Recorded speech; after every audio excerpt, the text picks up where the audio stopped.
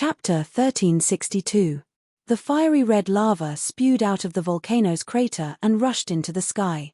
It was like a fiery red dragon rising into the sky, lighting up half of the sky. The fiery dragon soars into the sky. The sacred fire insignia has appeared. Our tribe will prosper, the great elder exclaimed with a trembling voice. Greetings, Lava King. The lava demons also looked at the soaring lava with sparkling eyes. They looked at Sajaras, who was holding the sacred fire insignia and walking down slowly on the lava. They knelt on one knee and exclaimed loudly. From today onwards, the lava demons will officially change their name to the Burning Legion. Sajaras raised the sacred fire insignia high above his head, and a ball of fiery red flames rose. Drops of golden red lava dripped from the flames and floated towards the lava demons who were half kneeling on the ground. They sank into the glabella of the lava demons and turned into a fiery symbol in the shape of a mountain. It was as if a layer of shackles had been wiped away. Rolling lava flowed rapidly on the surface of their bodies, and they felt unprecedentedly carefree. Burning Legion, Burning Legion, Burning Legion. All the lava demons stood up one after another, and their shouts echoed throughout the entire island. The news of Alfred and Simmons perishing together spread like wildfire, causing the demon islands to tremble. The chiefs of 2 of the top 10 tribes actually died at the same time. No matter if they were killed or really perished together, such a thing had never happened in the past 100 years. The shock it brought was even more intense than when the spatial demon patriarch was killed. Meanwhile, the abyss demons and flaming demons had already entered a state of war preparation. After both parties had a small-scale battle on West Point Island, they each gathered a large number of their people and were ready to enter a large-scale battle at any time. A terrifying storm was brewing. At the critical juncture of the peace talks, if the abyss demons and flaming demons started a war first, the demons' stance in the peace talks might change. The abyss demons and flaming demons were fanatical advocates of war. They tried to push for a racial war and hoped that they could obtain a dominant position in this war. That night, many demons on the demon islands couldn't sleep. After washing up, Meg lay back on his bed. He closed his eyes and began to check the rewards he received after killing Alfred. First, there was the title of Guardian of the Base. Meg wasn't sure what it was used for. It was probably similar to the title of Good Guy card. What really piqued Meg's interest was the chance to ask a confidential question. System, how do I use this opportunity? Can I ask any question I want? For example, are you my biological child? Meg raised his eyebrows. Although the host is my father, I'm definitely not the host's biological son, the system said solemnly. Meg nodded. I see. That's fine too. As long as you know how to call me daddy. No, the host is not this system's father, and this system is not the host's biological son. This system only exists because of the host's appearance. The system corrected in exasperation. You see, isn't this the conclusion of the chicken before the egg? In terms of cause and effect, I'm still your father, Meg said with a smile. The question of which came first, the chicken or the egg, has yet to come up with a definite answer.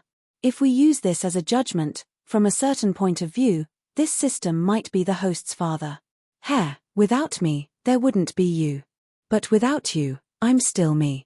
So, system, do you think you're a father or a son? Meg laughed with contempt. Father. The system blurted out. Good boy. Meg nodded with satisfaction. All right, let's talk about this confidential question. What kind of question can be considered confidential? Meg asked. Secrets that are hidden outside the knowledge of this world and not known by most people will be classified as confidential. Once these secrets are exposed, there might be some unpredictable effects on this world.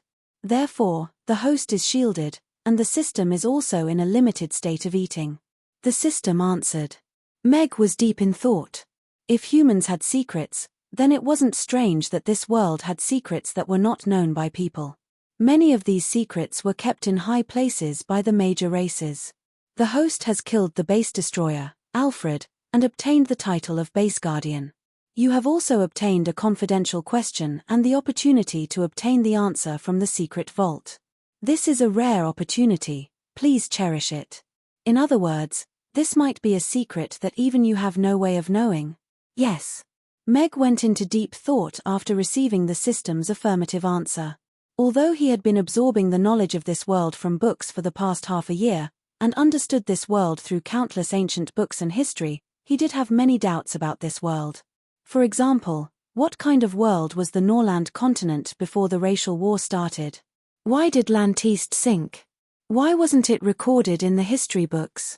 What was the devil that signed the agreement with Alfred? Questions flashed past his mind one by one. They were all questions that he wanted to know, but had no way of knowing. I want to know what kind of existence the skeleton that pulled me into the stone statue space was. Meg hesitated for a while, and finally chose this question. That strange stone statue, the black fog that appeared consecutively in the Wind Forest and the Demon Islands, and the skeleton that appeared in the stone statue space all made Meg feel uneasy. The fear of the unknown made him feel uncomfortable.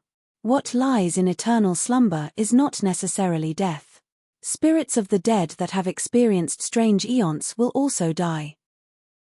Accompanied by the sound of an old-fashioned typewriter, a line of black words appeared in Meg's mind. Meg read it softly with furrowed brows. This paragraph looked familiar. The sound of the typewriter stopped, and the line of words gradually disappeared. I remember now. This paragraph came from Abdullah al-Hassad's Book of the Dead. Meg's eyes lit up as he suddenly remembered where this paragraph came from. However, looking at the words that had completely disappeared, he frowned again, and said, "But, what does this paragraph have to do with this question?" The secret vault didn't give any other answer. That's it. System, you're trying to scam me. Meg was stunned for a moment.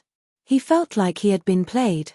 In order to kill Alfred, he had racked his brains and gone through a series of operations before he could successfully kill him. In the end, he got such an ambiguous sentence in return. Moreover, it was a sentence from a book on Earth. The secret vault has been closed again. The host has no right to ask again, the system answered. Chapter 1363. What does this paragraph mean? Meg heard this and was too lazy to delve deeper into it. He calmed down and pondered. Mag had seen the Book of the Dead Spirit from Lovecraft's collection. Back then, he had borrowed a collection of Lovecraft's collection from the library when someone was planting the Chulhu mythos. However, he wasn't very interested in Western horror, so he only skimmed through a few short stories and the illustrations before returning the book. Even with his memory, he could only recall some fragments and did not have a deep impression of it. However, he remembered that paragraph very clearly.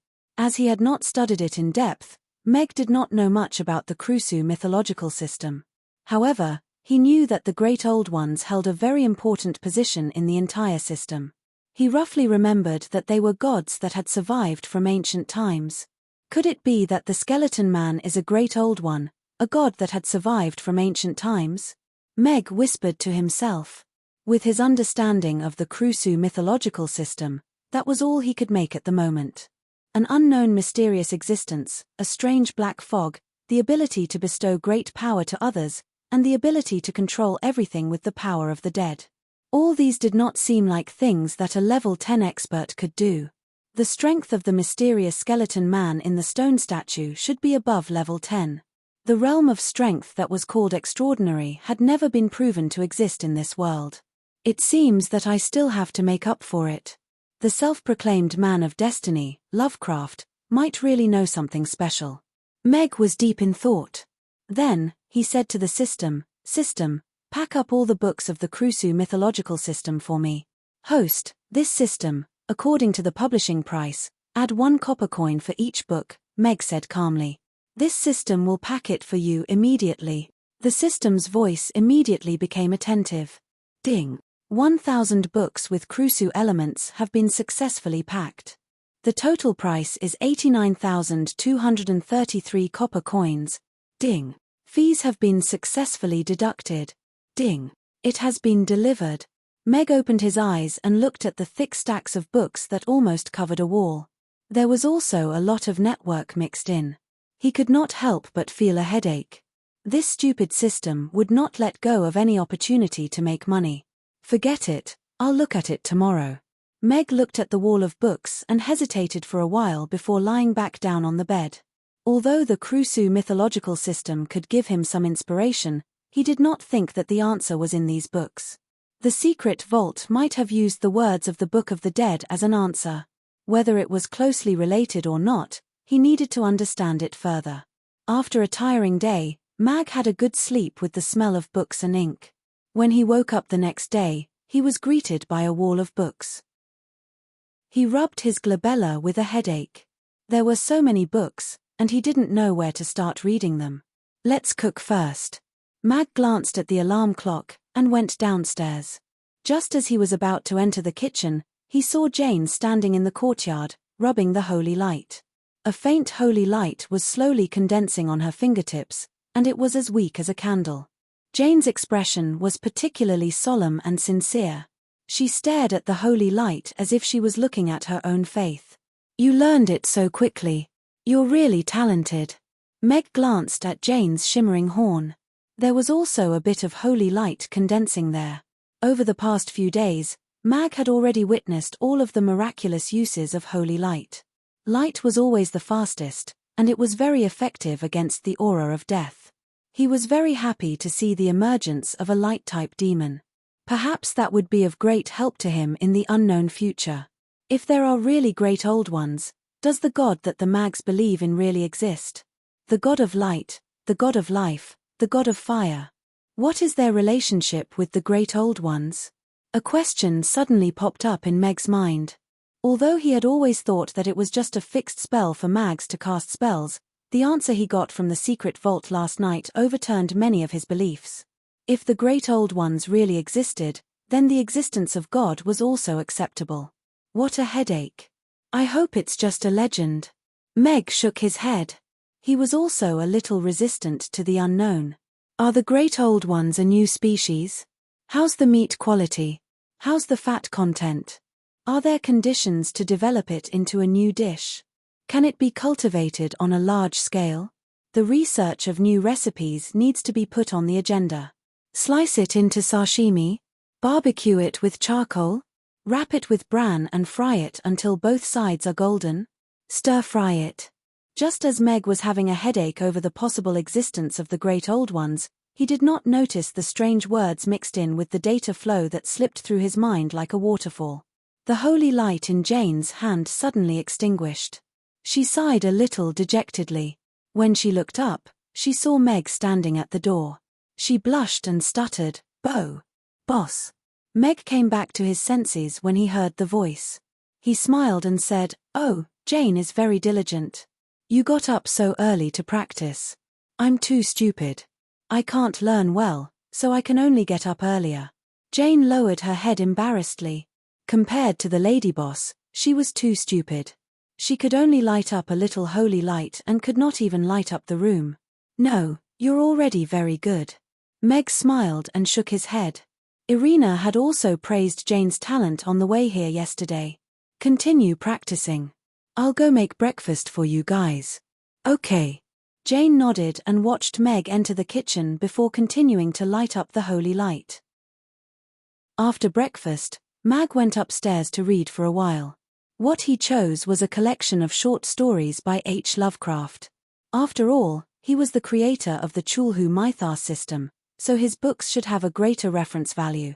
At 8 o'clock, Meg went downstairs to collect crayfish as usual. Kitar was still at the front of the line, carrying a net bag with more than 10 crayfish in it. "Boss, I caught 13 crayfish today. Can I practice with these crayfish?" Kitar saw Meg and raised the crayfish in his hand excitedly. "Of course." Meg nodded. It was naturally best for students to bring their own ingredients. "Okay." Kitar put the crayfish aside and took the initiative to help Meg pour the purchased crayfish into the pool. He was a great help to Meg. Ivan, who caught 4 crayfish, also quickly joined the team to help. After the purchase of the crayfish, the 10 apprentices were all present. More or less, they all brought crayfish. This made Meg, who originally planned to continue reading, choose to stay and start teaching everyone. Heat control was the most important point when cooking crayfish. Therefore, Meg prepared to teach everyone how to control the heat this morning. Chapter 1364. Meg's teaching was simple and easy to understand. Even Ivan, who was a complete novice at cooking, could understand, and quickly got the hang of it under his guidance. As there were only 3 iron pots, everyone had to take turns. 1 crayfish was a chance to try. The price of 50 copper coins made everyone's attitude much more serious. Kitar, who had 13 crayfish, became the tycoon among them. He had an extremely high trial and error rate. Failure was visible to the naked eye.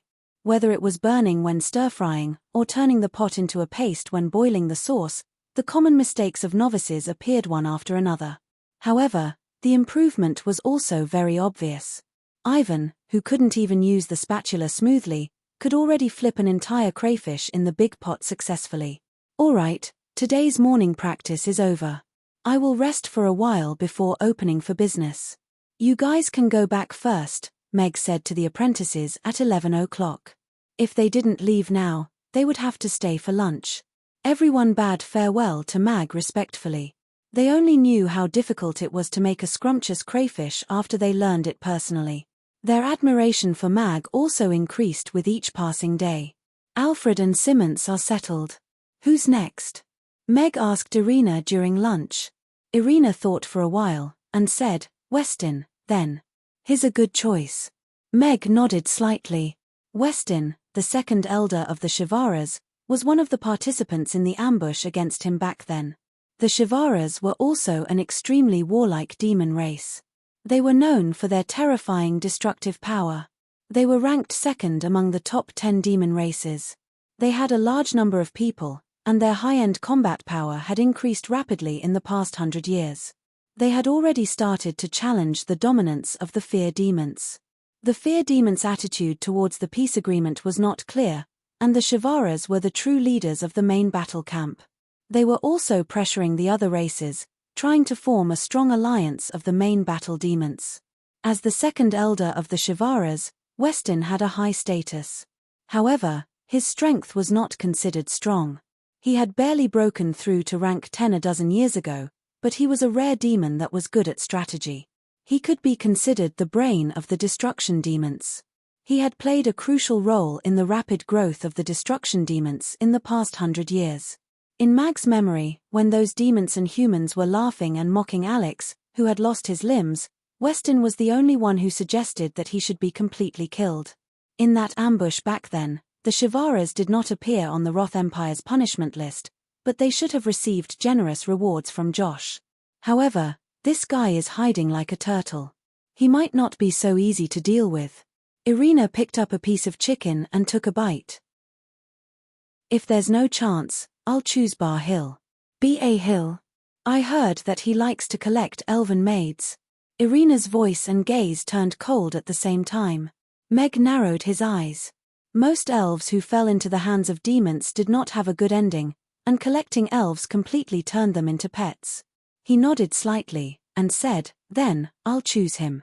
Jane looked at Irina, and then at Meg. Although she did not understand anything, she had a feeling that they were very powerful. After the lunch service, Meg hung a sign on the door of the courtyard to prevent the enthusiastic students from disturbing him too early. He went upstairs to continue reading. The Chulhu Mythos system was very huge. Meg would need a lot of time to understand it in depth, but other than reading, he had no other good ideas at the moment. "It's the 3rd day since Mr. Mac left. I miss him." Vanessa held her chin and looked at the wind chimes swaying in the wind outside the window. "Princess, I went to ask today.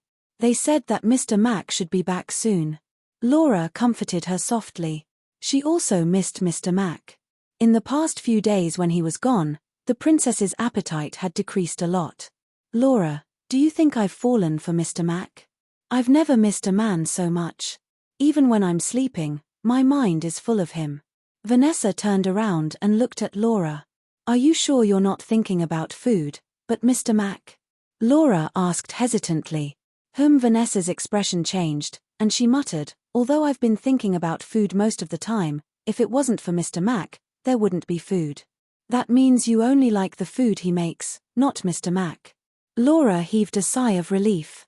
Damn it, if her princess really fell in love with a chef, and a chef who already had a child, She would die when she went back. All right.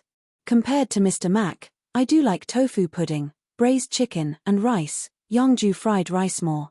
If you think about it, he's ranked in the top 10. Vanessa nodded. She felt an inexplicable sense of guilt. She didn't expect that she would let Mr. Mac down so much. She was really sorry. By the way, the Duke said that His Majesty sent you a letter urging you to go back to the palace. Are you really going to stay in the tower? Laura asked. What's so fun about going back to the palace? There's no one to play with me, and there's no delicious food. I'm going to rot if I stay in my room every day. Vanessa shook her head, and a bright smile appeared on her face. It's so nice here. Uncle Abraham takes me to eat delicious food every day, and the customers are so cute. It's so much more fun to eat with them than in the palace. Lola looked at Vanessa's smile, and swallowed the words that were at the tip of her tongue. A smile appeared at the corner of her lips. It was rare to see the princess smiling like that in the palace. Also, Mr. Meg promised to treat my teeth. I won't go back until my teeth are cured, Vanessa said matter-of-factly. Look, this is the 36th blood letter. If the boss doesn't come back soon, I think someone is going to hang themselves at the door. Yarbemia went out and came back with a stack of blood letters and various other letters that she tore off from the restaurant door. She looked at everyone helplessly and said, "It's been 3 days. Speaking of which, the boss rarely stays out for so long. I'm guessing that he and Amy won't come back today either." Barbara flipped a suspended plate with her finger, feeling bored. If the boss doesn't come back soon, the resentful customers might have a meeting to tear down the restaurant, Phyllis said worriedly. Not only Mr. Mac and Amy, but the princess had also left for a few days. Don't worry, they won't tear down the restaurant, Elizabeth said calmly. Why? Elizabeth said calmly. If someone tried to do this, they would have to ask her if she agreed. Chapter 1365. In the evening, Meg heard a piece of news from the customers. The Abyss Demon Tribe and the Flaming Demon Tribe had officially started a war. Both sides were attacking and defending each other, and both sides suffered heavy losses. The news of Alfred and Simmons dying together last night and today had already shaken the Demon Islands. No one had expected that the war between the Abyss Demon Tribe and the Flaming Demon Tribe would start so quickly. Furthermore, it had skipped the probing step and directly entered the white-hot stage. Carapace Island was close to the sea region of the two tribes, but luckily, it wasn't affected by the war. However, it was imaginable that it wouldn't be able to maintain its peace for a while. Meg didn't like war, but rather than letting the two warlike tribes wreak havoc on the world, it was better to let them hurt each other. Therefore, he didn't feel any guilt in his heart for starting this war. Due to this battle, a hole was successfully torn in the main force that had already occupied the absolute advantage on the Demon Islands, and this hole was still worsening. Irina walked to Meg's side after hearing the demon's words, and said with interest, "Interesting. Why don't we go and watch the show tonight?" "Sure," Meg answered. He was also curious about how the war between the two demon tribes would be like. The crayfish they bought over the past few days were sold out very quickly. Meg rejected a few customers' requests to continue drinking. After Irina took out her stool, the restaurant quickly regained its silence. Meg summoned RZ, and threw the 3 beggars' chickens that he prepared earlier to it. RZ chewed and swallowed the meat along with the bones. It revealed a joyful and cheerful expression as it rubbed its head against Meg's hand and looked at him expectantly. "That's all. I'll give you something good to eat tomorrow." Meg smiled and patted RZ's head. "Awoo tilde tilde." RZ let out a cheerful cry and bent down to let Meg and the others get on. "Let's go. We'll watch the show tonight." Meg picked up Amy and climbed onto the griffin's back. Irina also landed lightly behind Meg. Her slender hands naturally reached out from behind and wrapped around Meg's waist. The purple-striped griffin flapped its wings, and the enormous shadow disappeared from the sky above Carapace Island in the blink of an eye as it flew towards Flaming Devil Island. The Flaming Demon Island was filled with flames. Tonight, the flames were even more intense. The sounds of explosions and fighting could be heard from every direction of the island. Countless huge ships with abyssal demon flags were sailing towards Flame Island. Countless huge fireballs with red tails behind them exploded on the ships. The flames instantly ignited the entire ship. The Abyssal Knights did not even have time to ride their pigs into the sea before they were turned into ashes. Meanwhile, the ships that had reached the shore lowered their planks. The Abyss Trolls rode on the porcupine war boars and charged toward the flaming island, sweeping everything in their path. The epic battle scene made Meg gasp in amazement even though he was high up in the sky with his binoculars. This was a completely different style of war from modern warfare. There were abyssal demons and flaming demons dying every minute and every second. The brutality of the war was on full display at this moment. This was just a war between two demon tribes that were similar in strength. If it was magnified to the entire Norland continent, the war between the various tribes would definitely be even more brutal than this. The goblins, the dwarfs, Chaos City. How were they going to face such an attack? Do you feel guilty? Irina suddenly asked. Since they chose war, this is where they belong. At least those tribes that yearn for peace don't have to bear the disaster that they brought. Meg shook his head. I seem to have discovered some demons who are watching the show like us. Irina turned the binoculars in another direction with an interesting smile on her face.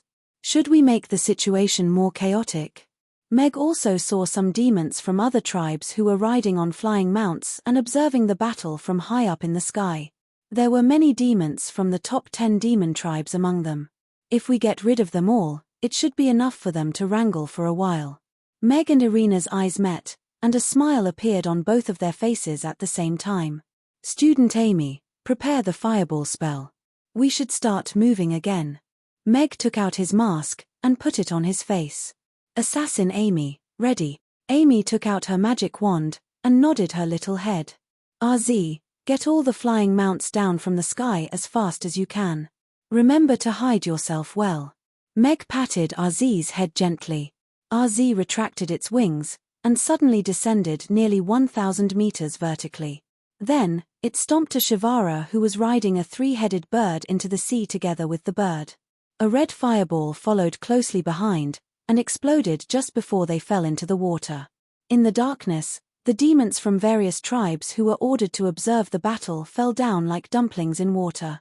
Then, they would be followed up by a fireball spell. In less than 10 minutes, the sky was clear, and not a single flying mount could be seen. Let's go. This battle will probably last for a long time, Meg said softly. RZ quickly climbed up, and soon flew away from the flaming Demon Islands sea region. Although the Abyss Demon Tribe's overall strength was stronger than the Flaming Demon Tribes, the difference wasn't to the extent that they could crush the Flaming Demon Tribe completely. As long as they didn't reconcile, this battle wouldn't end in a short time. RZ flew toward the northwest. As the most powerful demon tribe, the Fear Demons occupied the 3 large islands in the center of the Demon Islands, and named them the Fear Islands. RZ circled a few times above the Fear Islands. In view of the auras of several 10th-tier powerhouses below, Meg finally chose to retreat cautiously. Even if he couldn't defeat them, Meg had never been afraid of anyone before. However, it was best to hide the fact that he and Irina appeared on the Demon Islands. Otherwise, it would be easy for people with ulterior motives to link them to what happened on the Demon Islands during this period of time. This wouldn't be beneficial to the implementation of the plan.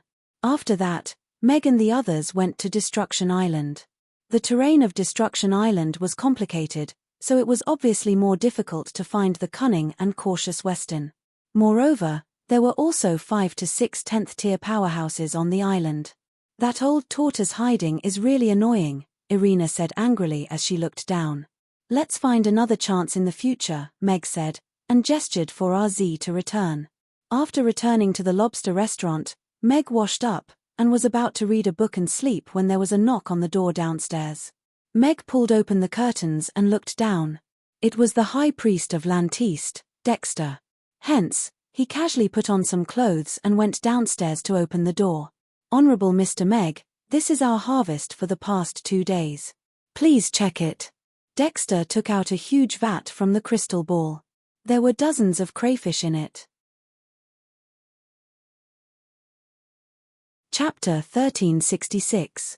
Meg's eyes lit up as he looked at the crayfish in the big vat. They were bigger than normal crayfish, and their bellies were red when he flipped them over. They were the breeding prawns that he was looking for. Furthermore, they should have just been caught from the sea. They were very active as they were waving their big pincers around happily. Meg counted them carefully. There were a total of 45 of them. In addition to the breeding prawns that he had received from the fisherman, the number of breeding prawns that he had with him had already reached 62. It had completely exceeded the number of breeding prawns that he had obtained after bargaining with the system. There are a total of 45 of them. When I go back in a few days, I will prepare 5,000 mud casings and send them to you as soon as possible. Meg looked at Dexter in a good mood, and smilingly said, "The number of prawns is already enough. Thank you for making this trip. It's our honor to serve you." "Lantiste thanks you for your generosity," Dexter said with a smile. Although he had mobilized almost all the people of Lantiste who could leave the seal, including 10 10th-tier powerhouses, to capture these tiny prawns, these 5,000 mud casings were equivalent to 5,000 mud casings. However, to Lantiste, obtaining 5,000 mud casings was equivalent to obtaining 5,000 places and opportunities to leave the seal. This was a very worthwhile trade. "Do you want to come in and have a seat?" "It's all right, Mr. Mag. It's time for you to rest, too. I will visit you personally in Chaos City after some time." Dexter took a look at Mag's pajamas, and bade him farewell with a smile. Meg was indeed just being polite. He watched Dexter leave before returning to the restaurant with the outline. The progress of catching the breeding prawns in his mind had already become 62/50ths, which meant that the catching mission was already completed. The only thing left to do was to promote the cooking method of crayfish and develop the habit of eating crayfish. Eating crayfish on Carapace Island was in the limelight, and its influence was expanding rapidly. Although the progress of the culinary skills of the 10 apprentices was different, their progress was still considered gratifying. After the last learning session tomorrow, the apprentices who passed the test could start their own crayfish restaurant. "System, what should I do with these prawns?" Meg asked in his mind as he looked at the prawns that he had painstakingly caught. Previously, the system had used a chance to use the submarine to exchange for a breeding shrimp from Meg. If he could exchange the extra 12 shrimp for something from the system, it would at least be better than a barbecue. "Host, please carry out a pollution-free treatment," the system replied. You don't want it?" Meg was a little surprised. These crayfish that have left the crayfish farm are no longer pure. They may have been infected with some unknown viruses and parasites. "The system will not recycle them," the system replied. "If it's not harmful to the environment, then I can only eat it." Meg sighed. It seemed that it was impossible to extort money from the system. At the same time, in order to respond to the call of the heavens and cultivate the host's awareness of environmental protection, the system has decided that from today onwards, the garbage produced by the host will be sorted and recycled. The host needs to sort the garbage before putting it in, otherwise the system will not recycle it and will impose a fine on the host. Meg was stunned. After all, he had studied abroad for many years. Meg was not unfamiliar with garbage sorting. However, the system had never made such an excessive request before.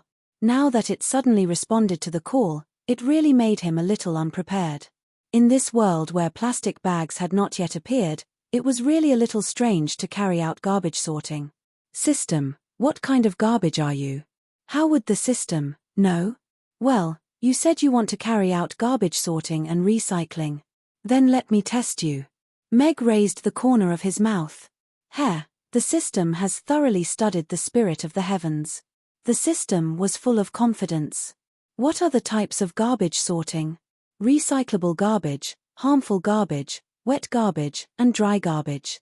"What kind of garbage is dry nuts?" "Dry garbage." "Wrong, it's wet garbage." Question: what kind of garbage is glue? "It's definitely wet garbage," the system said with certainty. "Wrong again, it's dry garbage." Question: what kind of garbage are dried meat, red dates, and flour respectively? "Dry garbage, dry garbage, dry garbage." "Wrong, they're all wet garbage." Meg shook his head and smiled with some contempt. Perishable biomass and household waste are all wet garbage. System, you're not very professional in learning. With your level, we'd better pack them together and dispose of them. It's easy to cause secondary pollution if you dispose of them carelessly. No, this is just a small mistake. The system must strictly carry out the requirements of garbage sorting. The system refused. You ask again. Well, then I'll ask you one last question. Now I have a plastic bowl with the leftovers and rat poison from a few days ago. After poisoning the rats, I'm going to throw them away. How should I dispose and sort them when throwing them away? There was a burst of static in Meg's mind. The system interface in his mind turned blue, and a series of meaningless numbers slid past. Although garbage sorting is beneficial for a long time, it's still a long way to go. Meg sighed and was too lazy to care about the system that had crashed. He poured the rest of the crayfish into the water tank in the kitchen. The taste of the breeding crayfish was better than the ordinary crayfish. It was not easy to catch it, so it was better to keep it for himself. The invasion of Inferno Island by the abyssal demons encountered very tenacious resistance. Tens of thousands of abyssal knights charged towards Inferno Island, tearing apart the defensive line of the abyssal demons again and again, but they were all blocked, leaving behind roasted pigs on the ground. The sun at dawn gradually rose from the sea level. The abyss demons, who had been fighting fiercely for a night, finally heard the horn of retreat. The fireballs that flew out of Flaming Island also became sparse. The flaming demons, who were also exhausted, did not chase after the abyss demons. This was a sudden war. Neither side was fully prepared, but they carried out an extremely tragic attack and defense battle last night. All the places that could be landed on Flaming Island were left with corpses. None of the races had expected this sudden war to break the peace before the peace talks. Just a few days ago, when they had gathered at the bottom of the abyss, Alfred and Simmons had been drinking to their heart's content. Of course, they did not expect that they would be involved in this dispute so easily. This was because none of the diplomatic demons that they sent to the scene of the war had returned. This was not a big matter, but it was not a small matter either. However, no matter what, it still represented the reputation of a race. The various races could not pretend that nothing had happened. Hence, they all sent serious inquiries to the abyss demons and the flaming demons. It's another good day. Meg pushed open the window, and the sunlight shone on his face with a gentle smile. They would have to return to Chaos City in 2 more days. He wondered if MIA and the rest were doing well. Chapter 1367. Meg looked at the apprentices with a smile, and said, "Today, I will provide each of you with 10 crayfish and a small pot. If any of you can reach the graduation standard, you can open a second crayfish restaurant on Carapace Island or anywhere else." All the demons' eyes lit up. Opening a crayfish restaurant was the reason why they came to learn how to cook crayfish from Meg. They originally thought that Meg would order them around as free labor for a period of time, but they didn't expect him to be willing to let them open their own crayfish restaurants after they learned how to cook. "Can we open it on Carapace Island?" Kitar asked expectantly. "Yes, you can open it anywhere you want." Meg nodded with a smile. He was going to leave soon anyway, so it would be best if they could open up a business outside of Carapace Island. "That's great. Then I can go back to my hometown and open a crayfish restaurant." Ivan's eyes lit up. He didn't plan to stay on Carapace Island any longer, so he brought his wife and son back to his hometown. Although the rocky island was a little remote, the crayfish was a great supplement to them. The price would definitely be higher than on Carapace Island. Meg then started teaching as usual. Of course, now that everyone had entered the practical stage, he was mainly in charge of giving pointers and correcting the demons' mistakes. Among these apprentices, Kitar was the one who learned the fastest and did the best. An aroma wafted out when he opened the pot lid. A bright red crayfish was lying quietly in the pot. He collected the juice with a large flame, turned off the fire, and scooped the whole crayfish out. He poured the remaining juice in the pot over the crayfish, and a simplified 13-spice crayfish was done. "Boss, try it," Kitar said to Meg expectantly as he held the big bowl with both hands and placed it on the table at the side. Meg walked forward and fanned the hot air with his hand. He broke off one of the pincers, and the juice seeped in through the cracks on the pincers. The flesh of the crayfish was dyed a nice brown. He dipped it in the juice and put it in his mouth to take a bite. The improved version of 13 Spice still had a very good taste and fragrance. Although there were some differences in the layers of taste compared to the enhanced version of 13 Spice, it was still a spice with a unique taste. Numbness, spiciness, freshness, fragrance, and sweetness were all present. The texture and heat control of the prawn meat were also quite good. Although the prawn meat was a little tough, it wouldn't be obvious if one didn't taste it carefully. Not bad, Meg confirmed as he raised his head and looked at Kitar, who was full of expectation after finishing a pincer. Kitar was the one who had practiced the most out of all the apprentices, and he was also the most diligent. Being able to reach this level was somewhat out of Meg's expectations, but it was also within reason.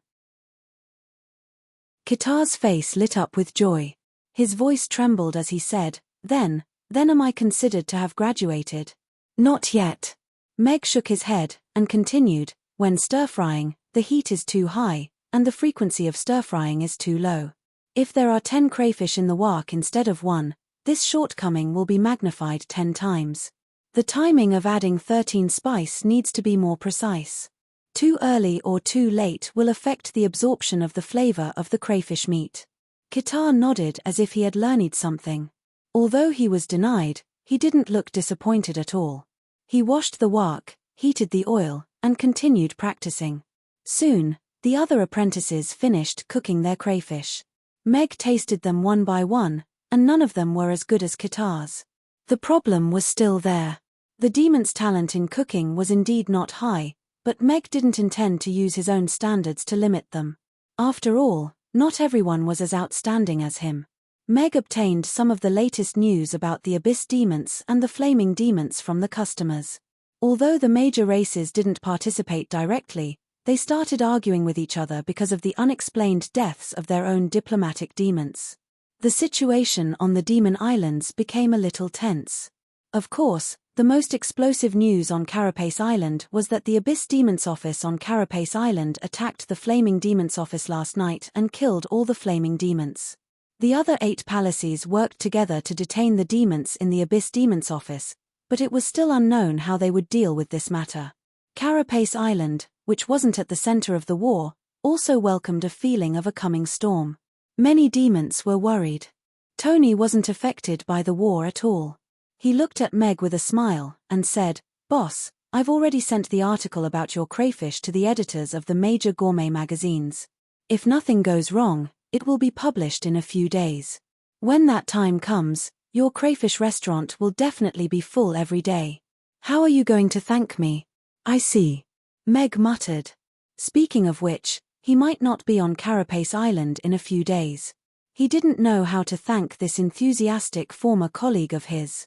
It would be fine if that article didn't become popular, but if it did, those customers who came because of its reputation might want to kill him in front of the ruins. Meg suddenly looked at Tony with sympathy, and said, How about this? I'll give you 3 crayfish, 1 for each flavor. It would be good to go after eating. Maybe he would be cursed to death by the reader's resentment, and step on landmines every day in his next life. Thinking about it, it would be the beginning of another tragic life. Serves him right. Sure, then I won't stand on ceremony. Tony's eyes lit up. He was just casually mentioning it, and didn't expect Meg to really agree. Anyway, he had helped Meg publicize it, and with his influence, i.e. Crayfish Restaurant would become the most popular restaurant on the Demon Islands. He would have no qualms about eating these 3 crayfish. Kitar, Cassis. The 6 of you have passed. Of course, it's just passing. There's still a long way to go before you can make crayfish that can truly be called delicious. However, this will take time and continuous practice to accumulate. During this process, you can choose to open your own crayfish restaurant first. Meg smiled at Kitar and the other 5 students.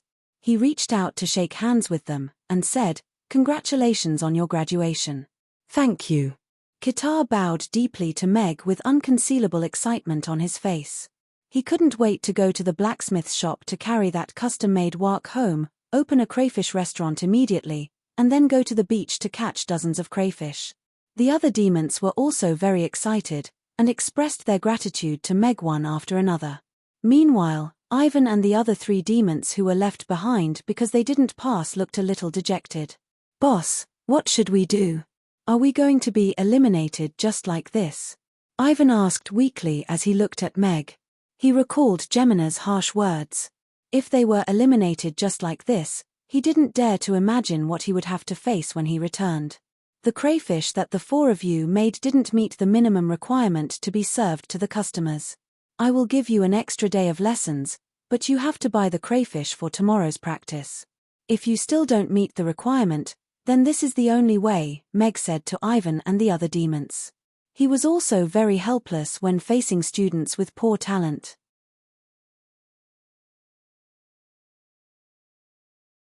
Chapter 1368. A full moon hung on the surface of the sea. A dark red cloud floated by, dyeing it with a trace of scarlet moonlight, sprinkling on the top of the ancient castle. "Let me out." A scarlet blade slashed at the black fog-like barrier, and only a few ripples appeared on the barrier. Camilla's hands drooped down weakly. With her strength, it was impossible for her to destroy this barrier. From here, she could see that the castle's servants were busy preparing for the wedding.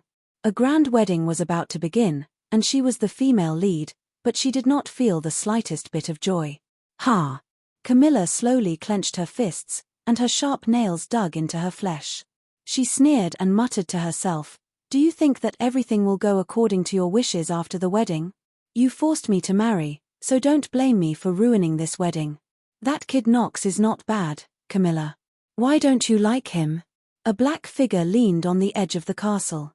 His index finger and thumb were holding a transparent crystal glass, and the scarlet red wine was gently rippling in the glass.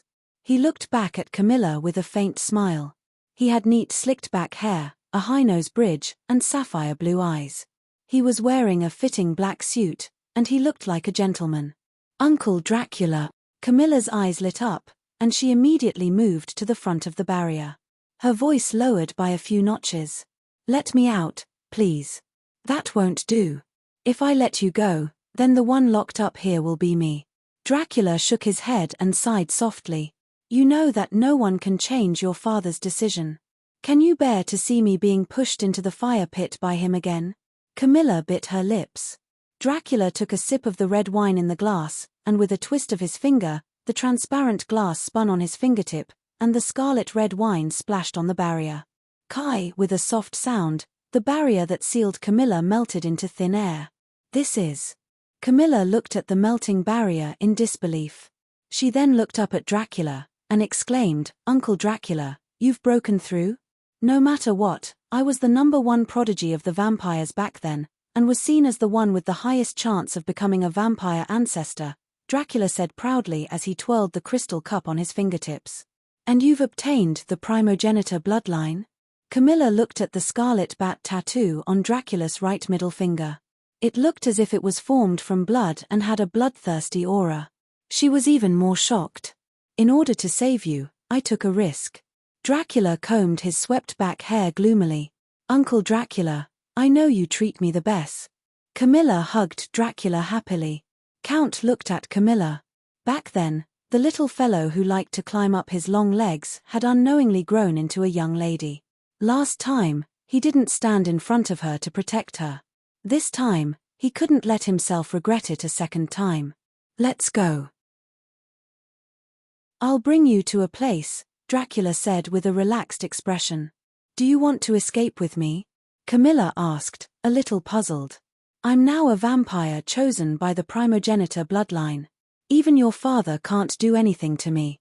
Dracula shook his head, and the corners of his mouth curled up, revealing a pair of sharp fangs. He smiled as he whispered, "Do you still remember the primogenitor's inheritance method? It's passed down by blood." Camilla nodded. Suddenly, her acting skills lit up, and she said, "You mean, let's go. I think that old thing from the Bartoli family will be very surprised when he sees us." Dracula waved his hand gently, and the previously melted barrier was restored to its original state. He grabbed Camilla's arm with one hand, and also turned into a cloud of black fog and disappeared from the roof of the ancient castle. Not long after, a bat patrolled around the tower. After confirming that the barrier was intact, it disappeared again. On another island, there was also an ancient castle built on top of a cliff. The wind and rain left scars on it, and a few bats flew across the sky from time to time. Remember, Nox. Don't be bewitched by that bitch Camilla. She definitely had something to do with your brother's sudden death back then. She's just a stepping stone for you to become the king of vampires.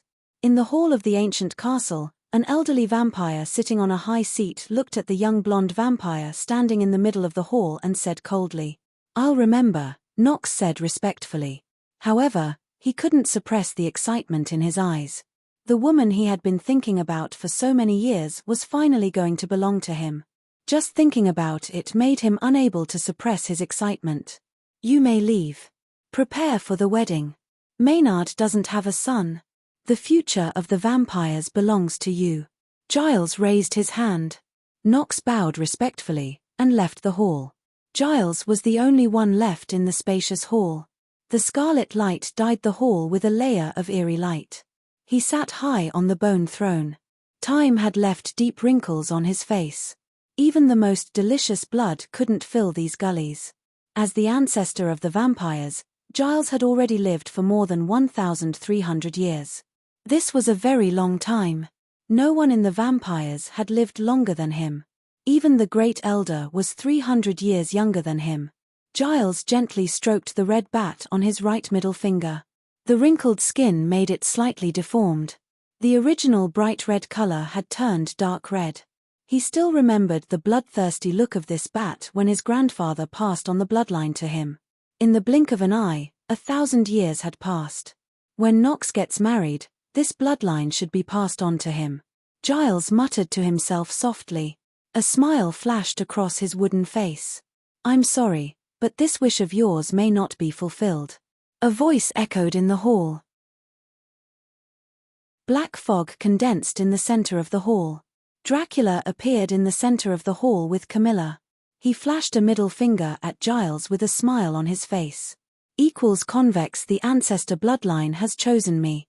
Giles looked at Dracula's middle finger. That scarlet bat reminded him of himself when he received the ancestor bloodline's recognition. What a surprise. The ancestor's bloodline has chosen your family again. Giles grinned, revealing a pair of sharp fangs. His expression didn't change at all because of Dracula and Camilla's arrival. "I'm here to break off the engagement for Camilla, and to take away what belongs to me." Dracula retracted his middle finger, and smiled at Giles gracefully. "Just based on a grass-eating little fellow like you?" Giles raised his right hand, and the crimson light from the wall lamp intensified instantly. The temperature in the hall dropped abruptly, and the ground and roof began to freeze. "Nox and Camilla's wedding will be held on time. You can't take away what you want." Wonderful Bookhouse. Chapter 1369. Light and shadow crisscrossed in the hall, and the huge wings cast a shadow on the wall, emitting a terrifying aura. All the sounds stopped in that instant. Dracula slowly released his teeth from Giles' neck, and reached out to wipe away the crimson blood at the corner of his mouth. His red eyes gradually regained their blue color. Giles' bone-like body fell to the ground, and quickly turned into black powder. Camilla, who was standing in the corner, watched this scene in shock. A generation of vampire ancestors had come to an end, and a new ancestor was born. And the one who did all this was actually Uncle Dracula, who had been mocked for eating grass all these years. Irina is right. Eating vegetarian food occasionally is good for health. At least the blood won't be so viscous, Dracula murmured as he rinsed his mouth with a cup of water that he got from somewhere. "Uncle Dracula, you are considered half a grandmaster now. You should pay more attention to your image," Camilla reminded. "That's right," Dracula replied and gulped down the mouthwash. Camilla and Dracula looked at each other for 10 seconds, and then laughed at the same time. Dracula glanced at the door, and smiled at Camilla. "Judging from the commotion, they should all be here. You can go first. Go wherever you want to go. Leave this place to me. Let me finish what I couldn't do back then this time." Camilla looked at Dracula with reddened eyes. She opened her arms and hugged Dracula tightly, and softly said, "Thank you, uncle. Little lass, you are my only niece." Dracula patted Camilla's back gently with a smile. With a gentle push, the black fog shrouded Camilla, and they disappeared from the hall. Almost at the same time, a group of vampires broke through the door. Camilla appeared in the sky above the sea 1,000 meters away. She looked in the direction of the castle, and could clearly hear the sounds of fighting. She flapped her wings, and quickly disappeared into the night. The power of a vampire ancestor was not something that a normal 10th-tier vampire could compare to, even if it was just a newly advanced ancestor. And now, she could only return to Chaos City first. At least she could get some peace there. Mond looked at Sargeras and asked, "Boss, the Flaming Demons and the Abyss Demons went through a tough battle and suffered heavy losses. Should we take advantage of this opportunity to counterattack Flaming Island and take back our territory?" The lava demon's eyes were also sparkling. Sargeras shook his head with a calm expression, and said, "Even if it's the Flaming Demons who just fought a great battle with the Abyss Demons, we are not their match, let alone the ability to take back Lava Island." All the lava demons were silent. Although the Holy Lava Badge had removed more than half of the curse on their bodies, none of them had broken through to 8th tier except for Sargeras, who had broken through to 9th tier. To attack the scorching Flame Island with such strength, it was indeed a suicidal act. Keel said worriedly, "Boss, what should we do now? The Blaze race has already discovered us. Once their war with the Abyss Devil race stops, they will definitely send more people." Sargeras stood up, and loudly said, "Everyone, pack your things. We will leave this place tonight. Since we have already obtained the sacred lava badge, there is no need to continue guarding this place. Sargeras, where do you want to take us?" The Great Elder asked in a hoarse voice. "Chaos City." Sargeras raised the holy lava badge in his hand, and loudly shouted, "The Burning Legion. For the Holy Ruggiamo." All the lava demons shouted in unison. "One of the ancestors of the vampires is dead. Dracula has become the new ancestor of the vampires." Meg was really shocked when he heard the news the next morning. He also heard an even more important piece of news. Camilla was actually going to marry her ex-husband's brother. However, she seemed to have disappeared in the chaos last night. "Camilla has returned to the vampires," Meg murmured. It seemed like Camilla had also returned home when he was away, but was suddenly going to be married off. Since she had disappeared, it meant that she was most likely not satisfied with the wedding. That grass-eating Dracula has actually become the new ancestor of the vampires. He is really something. I made a lot of money by feeding him grass back then. Irina was also shocked when she heard the news. Meg did not know how to comment. He had heard this story when Dracula came to Chaos City to participate in the mediation between the two races. However, when he heard it again from Irina, it was a completely different feeling. How could she toy with the ancestor of the vampires like that? "Why don't we catch him and feed him grass again? He is in the limelight now. This time, we will double the ticket price. There will definitely be a lot of people coming to watch," Irina suddenly said softly as she came forward. Meg saw that Irina did not seem to be joking. He quickly waved his hand, and said, "Let's forget it. If we really do that, the vampires will fight us to the death." Dracula was just an unimportant 9th-tier vampire back then. It was fine if he ate grass. For the sake of Irina, Alex, and the elves, the vampires could swallow their anger. However, Dracula was the ancestor of the vampires now. According to the inheritance method of the ancestor of the vampires, his status was not below that of the chief. He represented the face of the vampires. It would be too much to capture him and make him into a grass-eating exhibition. "All right." Irina waved her hand in boredom. What a good pastime. That was the ancestor of the vampires who ate grass.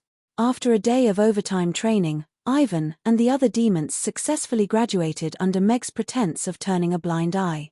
"Thank you for furthering my studies, Boss Hades. I will never forget you in my life. I thank your ancestors." Ivan held Meg's hand, and was so emotional that he lost the logic of speech. The other 3 demons also expressed their gratitude to Meg. Although they knew that the crayfish they made could not be compared to Meg's, they were still confident that they could attract some customers if they opened a crayfish restaurant on another island. "You're welcome." Meg smiled and shook his head.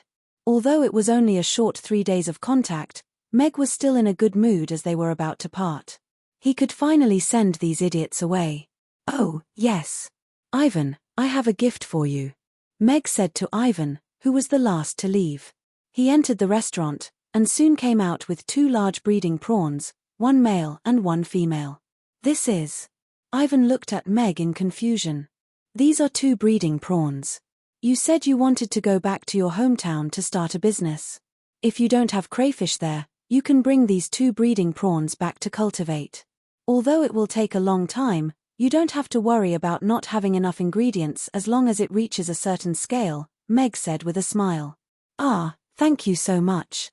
Ivan's eyes lit up, and he took the breeding prawns from Meg like they were treasures.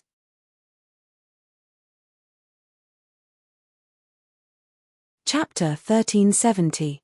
The long line at the entrance of the crayfish restaurant had already stretched very far before the dinner service started. These crayfish, which cost 100 copper coins each, had already become the most popular delicacy on Carapace Island. Even the war between the Abyss Demons and the Flaming Tribe, and the 10 Kings Palace, which was extremely busy, didn't affect everyone's love for crayfish at all. A glass of cold beer and a plate of crayfish had already become the latest and most stylish way to gather on Carapace Island. The demons, who were usually arrogant and bad-tempered, seemed to have restrained their bad-tempered personalities consciously here. Firstly, it was because the lady boss here was even more bad-tempered than them, and the stool in her hand was so powerful that it was unreasonable. Secondly, everyone seemed to have some sort of tacit understanding. Enjoying the delicious food in a restaurant like this was the most basic form of respect for delicacies. The area covered by the crayfish's reputation, Carapace Island, has been reached. The area covered is 30 kilometers. The system's notification sounded in Meg's mind. "System, your calculation method isn't quite right. Many of the customers who came to the crayfish restaurant these few days came from other islands, and it seems to be expanding rapidly. It shouldn't be categorized as Carapace Island, right?" Meg raised his brow. He estimated that there would be over 1,000 demons tonight, and his 10 apprentices had already graduated. He was preparing to return to Chaos City, but according to the system's calculation, his mission wasn't completed yet. The number of customers from other islands is indeed on the rise these few days, but the base number is still small. Furthermore, it hasn't established a strong enough influence in other regions, and the customers haven't developed the habit of eating crayfish yet. Therefore, the area covered is still limited to Carapace Island, the system answered. Meg frowned. The system's words made sense. He thought for a while, and said, "Oh, right. A gourmet called Tony wrote a special article for crayfish yesterday. System, can you assess what kind of impact this article will have after it's released? Can it create a craze for eating crayfish?" Tony is a renowned food critic, and the most renowned food critic on the Demon Islands. He has the title of "No one knows seafood better than him," and he has a huge number of fans on the Demon Islands and the Norland continent. All of the food that he has written about will become a hot topic in a short period of time. If he writes a special article about crayfish and publishes it in all the major gourmet magazines, there's a high probability that it will cause a craze for crayfish consumption, and bring in a blowout of i.e. crayfish restaurant, the system commented. "I didn't expect him to be a powerful VIP." Meg raised his eyebrows and was a little surprised. He then smiled and said, "Then, with such traffic and influence, it definitely covers a range of 300 kilometers. Since the influence has been achieved, my mission should be completed, right?" The system was silent for a while, then it said, "According to the system's calculation, the influence of this gourmet article has reached the goal of promoting the consumption of crayfish and turning it into a trend. After conversion, it can offset the influence of 300 square kilometers to cover the mission option. Mission option achieved. Crayfish catching mission progress, 62/50ths, achieved. Ding. Congratulations, host. You've completed the crayfish catching mission. You've received the title of Crayfish Hunter and 0.5 physical strength point as a reward. Meg glanced at the shiny title of Crayfish Hunter in his mind and directly swept it aside. His eyes lit up as he looked at the physical strength point. Finally, he received another physical strength point. As long as he absorbed this 0.5 physical strength point and survived the lightning punishment, he would officially break through to level 9. He was only one step away from returning to his peak state. After living together with Irina, he increasingly felt the importance of being powerful. If he wasn't powerful enough, his wife wouldn't listen to him. When would he be able to lie there like a big boss and watch Irina walk over with a smile while using her slender hands to wash his feet? What are you thinking about? Irina appeared beside him out of nowhere and patted his shoulder. Washing my feet. Meg, who was immersed in his imagination, blurted out. He opened his eyes and met Irina's smiling eyes. His heart instantly thumped a few times, and he cursed in his heart. You want me to wash your feet? Irina asked with a smile. She looked at Meg's eyes as if she could see through his thoughts. How is that possible? I'm just reflecting on the fact that I didn't wash your feet well enough last time. There's still room for improvement. Meg shook his head with a serious face. If that's the case, it's okay. I can give you another chance. Irina smiled sweetly and said, then I'll have to trouble you to wash my feet tonight. Okay. Meg's smile had a hint of bitterness. What could he do? He had created this sin himself, and he still had to swallow this bitter fruit himself. By the way, I'm going out tonight. Will Azzy come over? Irina asked again. Millimeter. I told it yesterday that I've prepared something delicious for it today. Meg nodded. He looked at her and asked, are you going to Destruction Island? No, it's another place. I went to Fell Island in the afternoon and confirmed that there's a stronghold where elves are being held captive. I plan to kill those scum tonight, and then rescue my people and bring them back to Chaos City. Irina shook her head. Although her expression was still calm, her tone was exceptionally cold. All right, I'll go with you tonight. Meg nodded with a solemn expression. He had once exterminated a stronghold of demons with Amy who hunted wandering elves. He knew how evil those fellows were, and also understood the kind of torture and pain the elves had to endure in such a place. Millimeter. Irina nodded, and did not refuse. Oh, right. System, what happens if someone tries to stop the process when I'm struck by lightning? Meg suddenly asked curiously in his mind. Then he'll suffer a backlash that's several times stronger. This magnitude is related to the intensity of his intervention. The greater the intervention, the greater the backlash, the system answered. After that, it warned him sternly, Host, please do not try to use external forces to resist the lightning. If the lightning doesn't go through your body, it won't stimulate your cells to upgrade and reorganize, and you won't be able to recover your strength and level up. I know that. Meg understood, but the corners of his lips curled up. Seems like I've wasted a lot of good opportunities in the past. This time, I have to find a good place to transcend my tribulation. After we're done with that stronghold tonight, let's make another trip to Fear Island and talk to Bar Hill, Meg said to Irina. Irina looked at Meg in surprise. They had made a trip to Fear Island the night before, but they had to give up the plan because they were outnumbered. I have an idea. Maybe we can give it a try, Meg said with a smile.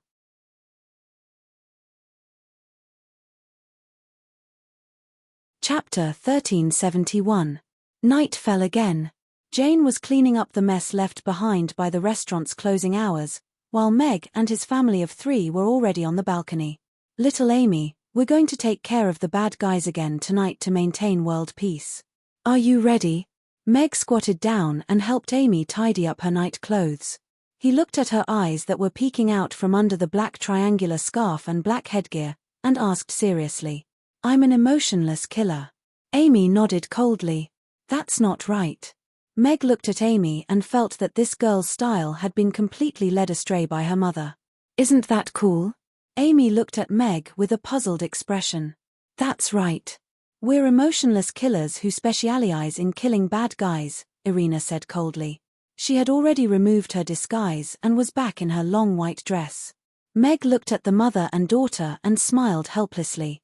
All right, he also had the intention to cultivate Amy's character of punishing evil and upholding kindness. There was nothing wrong with learning from her mother. Arzi. Meg waved his hand, and Arzi descended from the sky like a bolt of purple lightning. It spread its wings and landed quietly on the balcony. Although it retracted its wings slightly, it still covered the entire balcony. Come. Meg threw the 10 beggars' chickens that he had prepared beforehand to Arzi.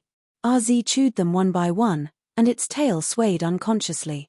It even looked at Meg expectantly after it finished eating. I'm done. I'll make more for you next time.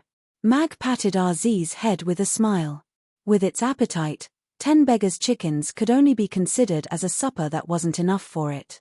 Awoo. Arzi rubbed its head against Meg's palm intimately.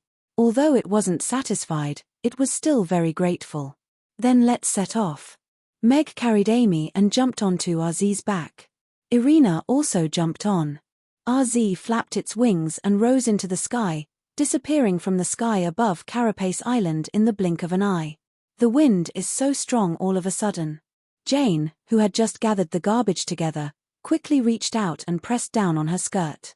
She looked up with some confusion. There was still a distant moon hanging in the sky, so she continued to clean up the garbage.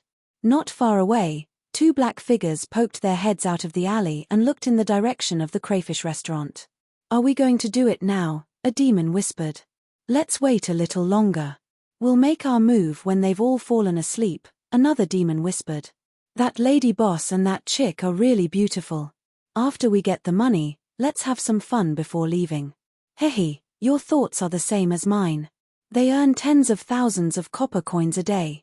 With this money, we can live freely wherever we go. 2 deep chuckles echoed in the alley. The purple-striped griffin flew all the way to the north. About 400 miles away, a crimson-red island appeared in their sight. Fell Island, the territory of the Fell Demons. As the 7th strongest tribe among the demons, the Fell Demons were known for their evil and powerful talent. They could absorb the strength of others for their own use. Their talent was evil, and their strength grew rapidly. 100 miles north of Fell Island, there was a nameless island. There were many strange rocks on the island, and it looked like an uninhabited island. Even diamonds could not be seen. There it is, Irina said in a cold voice as she pointed at the black uninhabited island on the sea. Arzi, go down. Meg patted Arzi's back gently, and Arzi immediately dove down. As they got closer, Meg felt the presence of demons. It seemed that Irina's information was right. There was indeed something hidden on this uninhabited island. Arzi glided at a low altitude close to the uninhabited island. Irina closed her eyes, and her powerful mind power surged down like water waves. The entrance to the crypt is there. There are a total of 40 demons. The strongest is a level 8 demon, and the rest are just small fries. The elves are trapped in the rock cave in the crypt. There are a total of 320 of them, Irina said softly as she opened her eyes. Arzi, go to the entrance, Meg ordered. Awoo. Arzi howled, and turned into a purple lightning bolt, flying quickly toward the entrance of the cave. At the entrance of the cave, a demon was taking a nap. He opened his eyes in a daze when he heard the sound, and then he saw a gigantic griffin descending from the sky. Enemy. Before he could finish his sentence, a huge claw had pressed on his head, and he was directly pressed into the ground. There was a flurry of footsteps in the tunnel, and Meg had already walked in with his sword.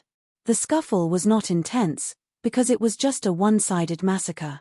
In a short period of time, the dozen or so demons in the tunnel had been cleaned up by Meg, and the alarm finally sounded in the cave.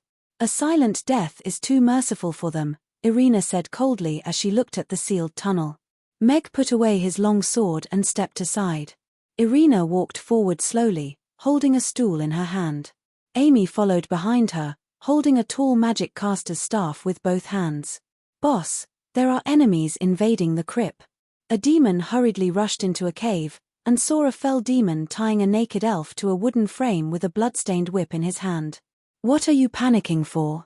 This is the territory of us fell demons. Who dares to invade? That fell demon casually whipped the elf, leaving a bright bloody mark on her snow-white body. Accompanied by a painful groan, his eyes became more and more excited. But our brothers outside are all dead. We have sealed the tunnel, but the enemies may come in very soon. That demon was still a little flustered. They were hired by the fell demons and had the protection of the big tree. Such an invasion had never happened before. Useless. That fell demon threw the whip on the ground, and reached out to pinch the elf's face that was tied to the wooden frame, and said with a hideous smile, "Little baby, I will play with you in a while. In a few days, I will have to send you all away. There are not many chances like this." Bah! That elf spat a mouthful of bloody saliva on the fell demon's face, and looked at him coldly.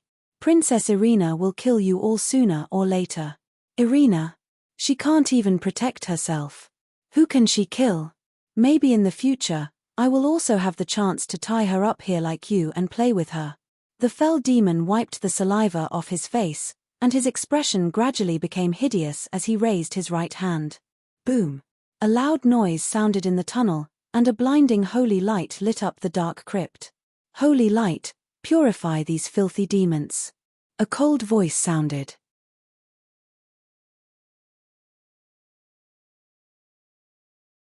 Chapter 1372. The demons melted in the holy light, and their screams echoed throughout the cave. The dazzling holy light illuminated the cave, and it also illuminated the eyes of the elves who were curled up in the corners of the cave. They slowly walked to the railing and watched the demons who had tortured them in every possible way melt slowly under the holy light. They were struggling and howling in pain. At the entrance of the tunnel, Irina, who was wearing a white dress, was like a goddess who had descended, purifying all evil existences. "Princess Irina! It's Princess Irina!" Some elves recognized Irina and shouted in surprise. The elves came to the front of the railing from the corners of the cave, and their eyes were shining with hope. Even the dazzling holy light could not make them close their eyes. In this dark cave, they were tortured by pain every day. They were physically and mentally exhausted, and they did not have any hope. They wanted to end their lives countless times. But now, Princess Irina had appeared in the cave and brought the holy light into the cave, illuminating their eyes. It was like a dream. Many elves subconsciously pinched themselves, and the clear pain made them sure that this was not a dream. Cheers rang out in the cave. The elves looked at the demons who were struggling in the holy light, and the anger in their hearts was relieved. Letting them experience the same pain again was the best way to take revenge. Irina. The fell demon heard the cheers and screams outside, and the holy light that lit up the entire tunnel, and his expression changed drastically.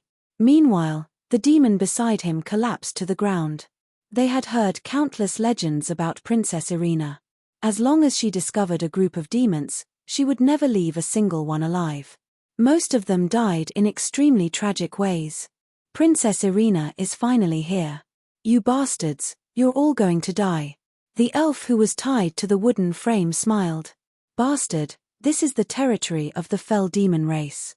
Even if she is Irina, she won't dare to do anything to me." The voice of the fell demon trembled slightly, but he still grabbed the hair of the elf tied to the wooden frame and dragged her to the entrance of the cave. One could clearly see his trembling calves. "Irina, are you trying to make an enemy out of the fell demon race?" The fell demon dragged the elf to the entrance of the cave and blocked her in front of him. He looked at Irina, who was standing at the entrance of the tunnel, and glanced at his subordinates who were melting in the holy light. The fear in his eyes became more intense.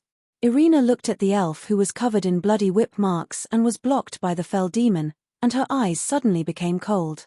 "Your Highness, you don't have to care about me. Just kill this evil demon. He has harmed countless of our sisters." The elf was in tears, but her voice was very firm. "Shut up." The fell demon grabbed her neck and looked at Irina with a ferocious expression. "Irina, as long as you leave obediently now, the fell demon race will not find trouble with you. But if you insist on getting involved in this matter, the fell demon race will not let you off." I don't intend to let you off either." Irina raised her hand, and a beam of holy light blasted into the fell demon's glabella, sending him crashing into the wall behind him. He subconsciously loosened his grip on the elf's hand. The holy light enveloped him and started burning like a raging fire. Ah! The evil demon screamed and struggled in the holy light, but he could not escape. His body disintegrated in the holy light, as if countless blunt knives were cutting his skin at the same time. The pain came from his mind. The elves who had been tortured to death by him had turned into malicious spirits and were constantly biting him. That pain was real. Irina appeared at the entrance of the cave and caught the fallen elf. Her white cloak slid down her body and wrapped itself around her. At the same time, a beam of green light fell on her body, and her injuries healed at a rate that was discernible to the naked eye. Color also returned to her pale face. There are so many imprisoned elves. So these baddies aren't just outside Chaos City, Amy murmured to herself upon seeing this. That's right. These bad guys should all receive the harshest punishment. Meg nodded as he looked at the imprisoned elves. Many of them were only children, and it wouldn't be an exaggeration to describe this place as purgatory. You're safe now, Irina said in a gentle voice as she helped the young elf to her feet. The elf was wrapped in the cloak, and she could feel her injuries disappear in an instant. She was also filled with energy. She faltered slightly before turning to Irina with gratitude, and said, thank you, Your Highness. I'm too late." Irina looked at the young elf with tears in her eyes. She patted her head, and her magic caster's staff appeared in her hand. She raised it above her head, and beams of green light flew out and disappeared into the bodies of the elves in the cave, healing their injuries instantly. The shackles on their bodies were broken, and the thick chains on the door were also broken. The elves, who didn't even know how long they had been imprisoned for, walked out of the underground cave hesitantly. Smiles of freedom finally appeared on their faces, and then they all began to cry. Thank you, Princess Irina." The elves went forward to express their gratitude to Irina. Meg slowly exited the tunnel with Amy, and exited the underground cave. "Father, why did we come out earlier?" Amy looked at Meg with a perplexed expression. "Because we might see them again in Chaos City in the future, so it's best not to let them see us now." Meg smiled, and said, "Also, we need to find a boat so that we can send them back to Chaos City." "Boat? Is there a boat here?" Amy looked around. It was all rocks here, and there wasn't even any wood. "There's a very big cave over there. Perhaps their boat is hidden there." Meg brought Amy to the cliff in the west. When RZ was flying around the island earlier, he had discovered a big cave at the bottom of the cliff. Indeed, Meg found a big boat with the fell demon emblem in that cave.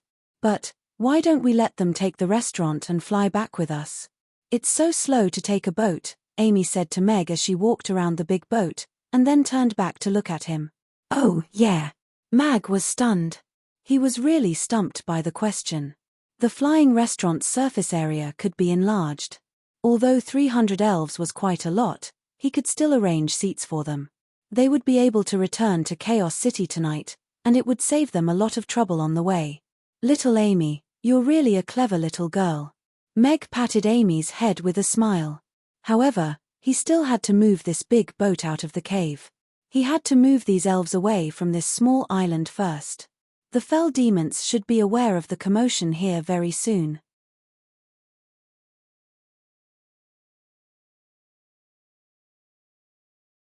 Chapter 1373. Irina led the elves out of the underground cave. Their clothes were still in tatters, but they looked completely different. Many elves were already sobbing at the feeling of freedom after getting rid of the shackles, breathing in the fresh air, and looking up at the vast sky. Irina was holding an old account book with a cold expression on her face. Meg had already docked the ship by the shore. He glanced at the account book in Irina's hand, and asked, "What's wrong?" "An account book that records the sales of the elves they caught in the past 10 years. Irina passed the account book to Meg. Meg flipped through the account book, and found that it was filled with records of the number of wandering elves that they had captured. However, in this account book, they were called piglets. Most of them died from resistance and torture, and the enslaved elves were sold to various places. There were demons, orcs, and even people from the Roth Empire were involved. Meanwhile, Bar Hill's name appeared very frequently. From 10 years ago until a month ago, there were records of him buying elves. The number was more than 100. What do you intend to do? Meg passed the account book back to Irina. I want to kill, Irina said calmly. However, there was a storm hidden under that calmness. Then let's start from Bar Hill tonight. Meg nodded. He could understand Irina's feelings. He could also imagine the pain those wandering elves had to go through when they were sold to various places. The first place on the list was Bar Hill. All right. Irina nodded, and her gaze softened slightly. I've already prepared the ship. I'm afraid it's not very convenient to bring them to the Fear Island, so I intend to let them go to Carapace Island first. We will meet them on our way back, Mag continued. Irina glanced at the big ship not far away. She turned to the elves, and said, Everyone, get on the ship. I will bring you all away. Upon hearing this, all of the elves hurriedly collected their emotions and boarded the ship in an orderly manner. Although there weren't any powerhouses among the elves, there were at least grade 3 or grade 4. After removing the badges and markings of the fell demon race, the ship quickly turned around and sailed toward Carapace Island in the south. The griffin circled above the ship, sinking 2 ships and 7 or 8 flying mounts. After making sure that the ship had left the territory of the fell demons, it turned around and flew in the direction of the Isle of Fear. Irina hugged Meg's waist and whispered into his ear, In a while, you and little Mi will keep watch from afar. I will kill the Bar Hill as soon as possible and bring away those trapped elves. Meg's heart softened. Irina obviously did not want him and Amy to be in danger. He smiled and shook his head. I'm afraid not this time. You and Amy stay a little further away. Let me go to the Fear Demon Island to transcend my tribulation first. Transcend your tribulation? Irina looked at Meg in confusion. My power is about to recover to grade 9. However, because it is a new breakthrough, it is a little different from normal breakthroughs. It will trigger a heavenly tribulation. I have to endure it to successfully transcend my tribulation, Meg explained with a smile. Even if you break through to grade 9, you are still no match for the Bar Hill. Irina shook her head. Just watch. With RZ around, even if I can't defeat it, I can still run, Meg said with a relaxed expression. It was a little difficult to explain about the lightning tribulation. Irina looked at Meg, thought for a while, and nodded. As the most powerful race among the demons, the fell demons occupied the 3 most fertile and spacious islands in the center of the demon islands. They had the power to look down on the demon islands. A top fell demon patriarch, more than 5 grade 10 demons, and a powerful fell army. Such power was already comparable to the goblins. However, Meg was not flustered.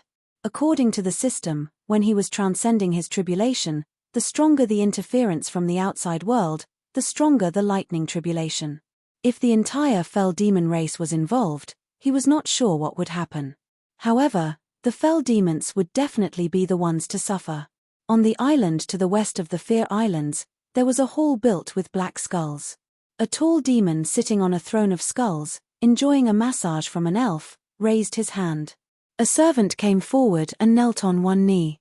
The demon's face was twice as long as a normal person's. The upper half of his face was densely packed with eyes. The red eyes opened and closed at the same time, emitting a terrifying aura. I heard that the fell demons will release a new batch of goods tomorrow. Go and take a look for me. Buy all the good-looking ones. A few died a few days ago.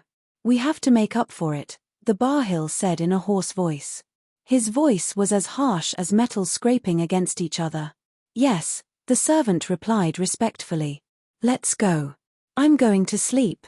Today. The Bar Hill's gaze swept across the elves who were avoiding his gaze.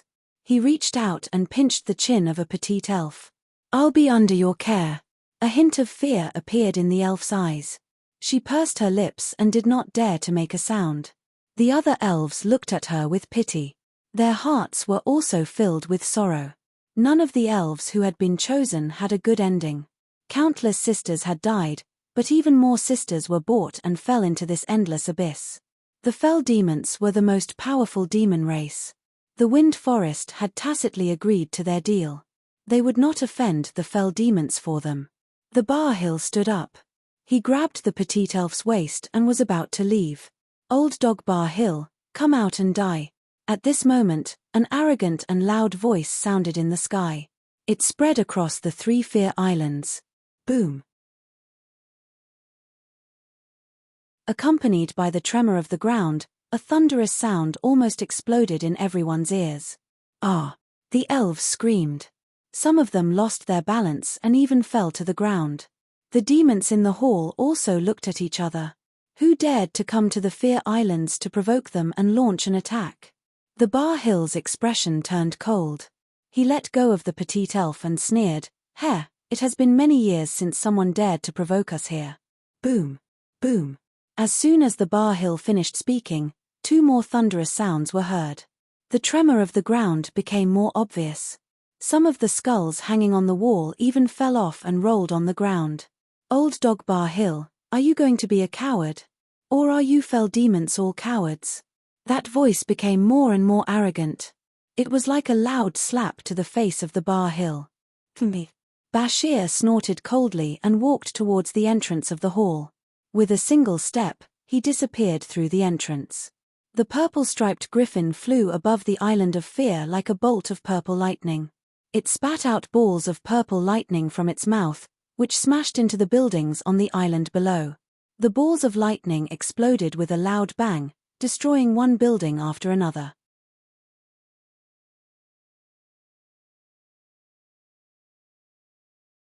Chapter 1374.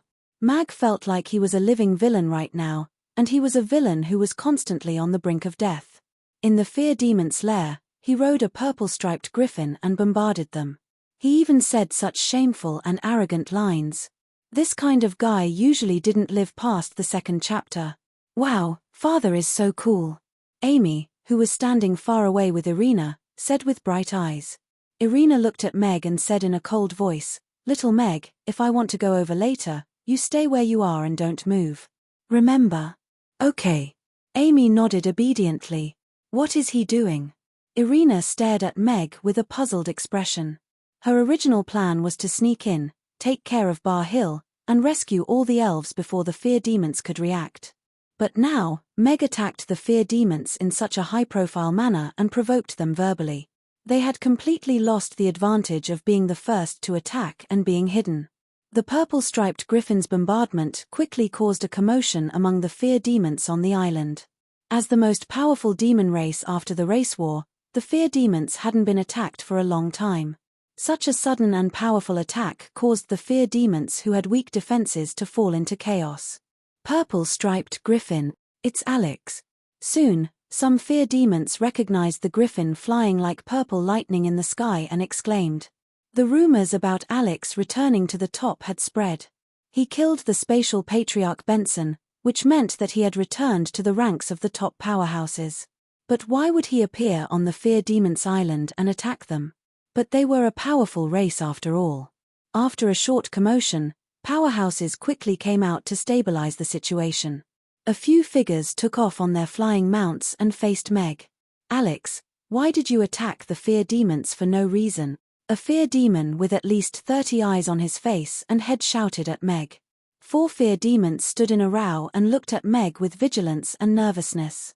The old tortoise has hidden himself quite well. Meg glanced at the 4 Fear Demons. The one who spoke should be the clan leader of the Fear Demons. The other 3 were also level 10 demons. The Fear Patriarch did not appear, nor did he appear on Bar-Hill. B.A. Hill imprisoned and harmed elves. "I'm here to kill him. Do you have any objections?" Meg said in a low voice as he looked at the demons. No one could see his expression because of the mask on his face. "You said you wanted to kill me on Fear Island. Alex, you sure talk big." B.A. Hill's voice sounded from the side. He stood on top of the stone hall and looked up at Alex. His expression was not very good, but there was not much fear on his face. Moreover, since when are you in the position to meddle in the affairs of the elves? How dare a fellow who was abandoned by the Roth Empire behave so atrociously in our Fear Demon tribe? B.A. Hill's smile was a little arrogant. Although he was still a little fearful when facing Alex, he did not panic too much. This was the Fear Demon Island, after all. They had 5 10th-tier demons. More importantly, the Patriarch was also here.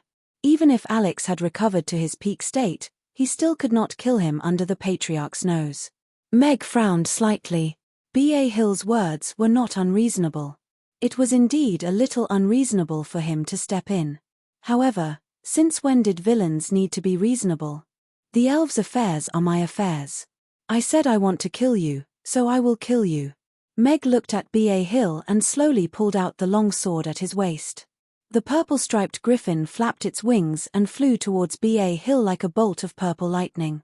At the same time, it opened its mouth, and a ball of purple lightning gathered in its mouth before it spat it out.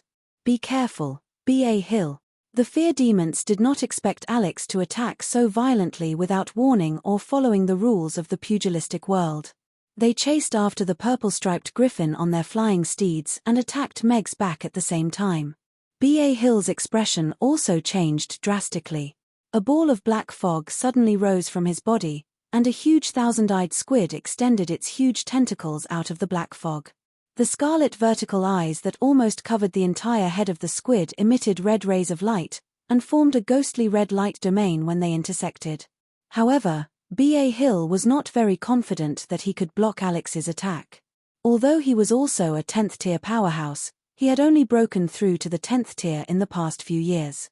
If not for the fact that he was the Patriarch's direct great-grandson and had countless resources, he would not have had the slightest chance to become a 10th-tier powerhouse. Boom! The ball of lightning exploded in the red light domain, and the domain collapsed instantly.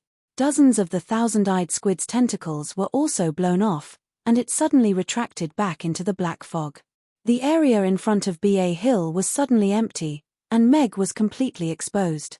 A cold light had already appeared on the heavy sword, and it was as deep and cold as his eyes. Patriarch, save me! B.A. Hill's expression changed drastically as he shouted at the largest island in the middle. The feeling of being stared at by Alex was like being stared at by the Grim Reaper. Although the black fear domain behind him was still expanding, he did not have the slightest confidence that he could block Alex's sword. All kinds of magic followed Alex, but with their speed, there was no way they could hit Alex before he killed B.A. Hill. And no one doubted that Alex's sword could kill B.A. Hill. After all, Benson and Berg had already died under his sword before this. They were both 10th-tier powerhouses who had been famous for longer than B.A. Hill and were stronger. Alex, you've crossed the line. At this moment, a voice that seemed to come from the abyss came from the main island. A large black hand condensed from black fog suddenly reached out and grabbed at the purple-striped griffin. At the same time, there was a terrifying aura, as if an ancient giant beast had opened its eyes. Oh no! Irina held her magic caster's staff. Light flashed under her feet, and she was about to rush forward. System, where's your fucking Italian cannon? Fire at me. I'm going to transcend the tribulation. Meg roared in his heart. The sky suddenly changed color, and a giant purple-red vortex appeared in the sky above the Fear Demon Islands. Bolts of lightning flashed wildly in the vortex like giant dragons. Suddenly, 3 huge bolts of lightning struck down from the vortex and hit Alex, who was surrounded. The magic and the giant black hand arrived almost at the same time.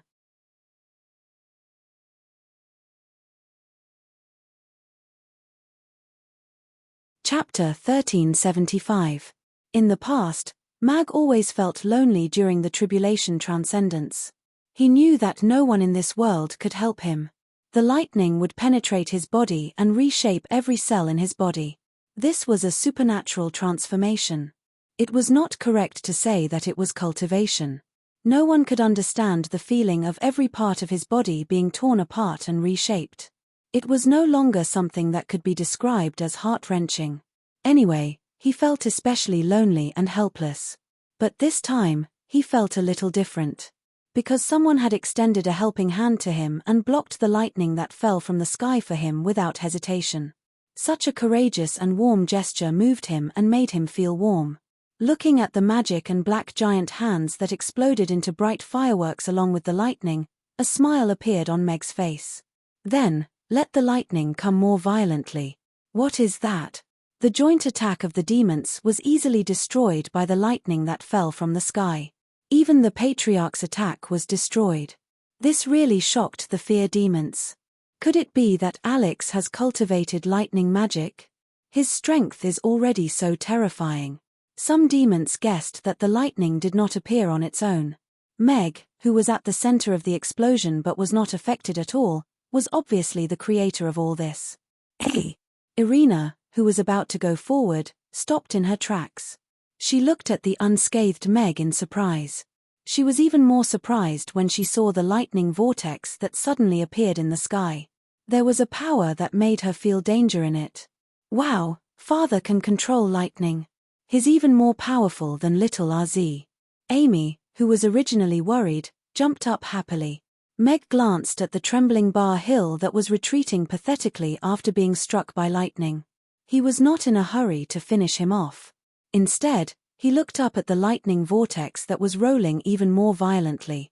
He looked in the direction of the central island with a mocking expression and said, "I'm not targeting you. I'm saying that fear demons are all trash. Alex, you've gone too far. Then, don't blame us for bullying you with numbers." A gigantic squid slowly crawled out of the sea. Its vertical eyes emitted a terrifying red light. There were over 10,000 of them, and they were countless times larger than the squid from before on BA Hill. Black mist rapidly spread from the sea surface and instantly shrouded the entire sea. Ear-piercing screams accompanied by bewitching red light attacked Meg. An old demon wearing a black robe appeared on the head of the squid. His bald head was full of eyes, and there was a huge vertical eye in the middle of his eyebrows. Black and red flickered as he stared at Meg. Stronger than Benson. Meg only took a glance at the fear fiend before quickly coming to a conclusion. It was not without reason that the Fear Demon clan could occupy the position of the strongest demon clan. Just the strength of this Fear primogenitor alone could be ranked in the top 5 of the continent's powerhouses. Even Alex at his peak was not confident of winning.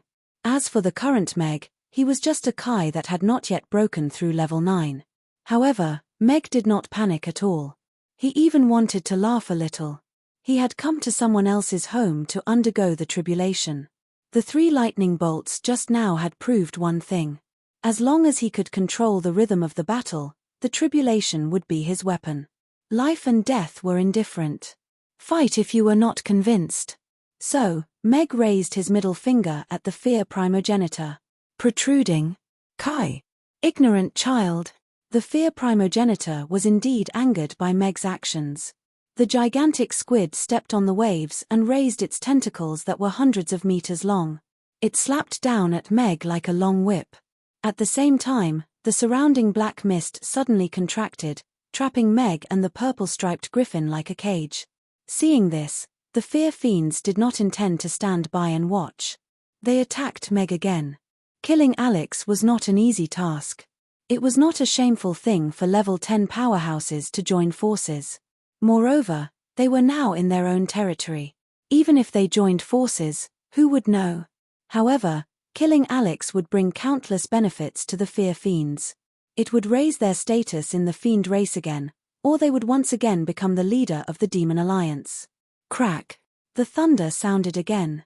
6 purple-gold lightning bolts struck out from the vortex like a long snake and struck at the squid and the fear fiends that attacked Meg. The lightning this time was obviously more powerful than the previous one. The gigantic squid's leg was cut off by the lightning. The terrifying electricity that quickly spread throughout its body made the red light beam emitted by the squid flicker like a ball lamp in a ballroom. A bolt of lightning struck the surrounding black fog, and the fog instantly dispersed. Even the fog on the surface of the sea retreated like a tide. The other 4 lightning bolts struck the 4 fear fiends that attacked Meg. The fear fiends' expressions changed drastically. They all retreated on their flying mounts. However, the lightning was extremely fast. It caught up with them in an instant, pierced through the protective black mist, and then exploded on their bodies. The flying mounts died on the spot. The fear fiends were also paralyzed. They lost control and fell from the sky. Some landed on the island, while others fell directly into the sea. They were unable to move for a while. So powerful, Elizabeth exclaimed. She looked at this scene in disbelief. The lightning that fell from the sky actually obeyed Meg's control. It was so powerful that it knocked down 4 level 10 powerhouses at the same time. The Fear Patriarch jumped down from the head of the gigantic squid that lost control and retreated to the main island. He looked at Meg in shock. The lightning was really strange. It seemed to come from the power of heaven and earth, but it was controlled by Alex. Even he had to retreat.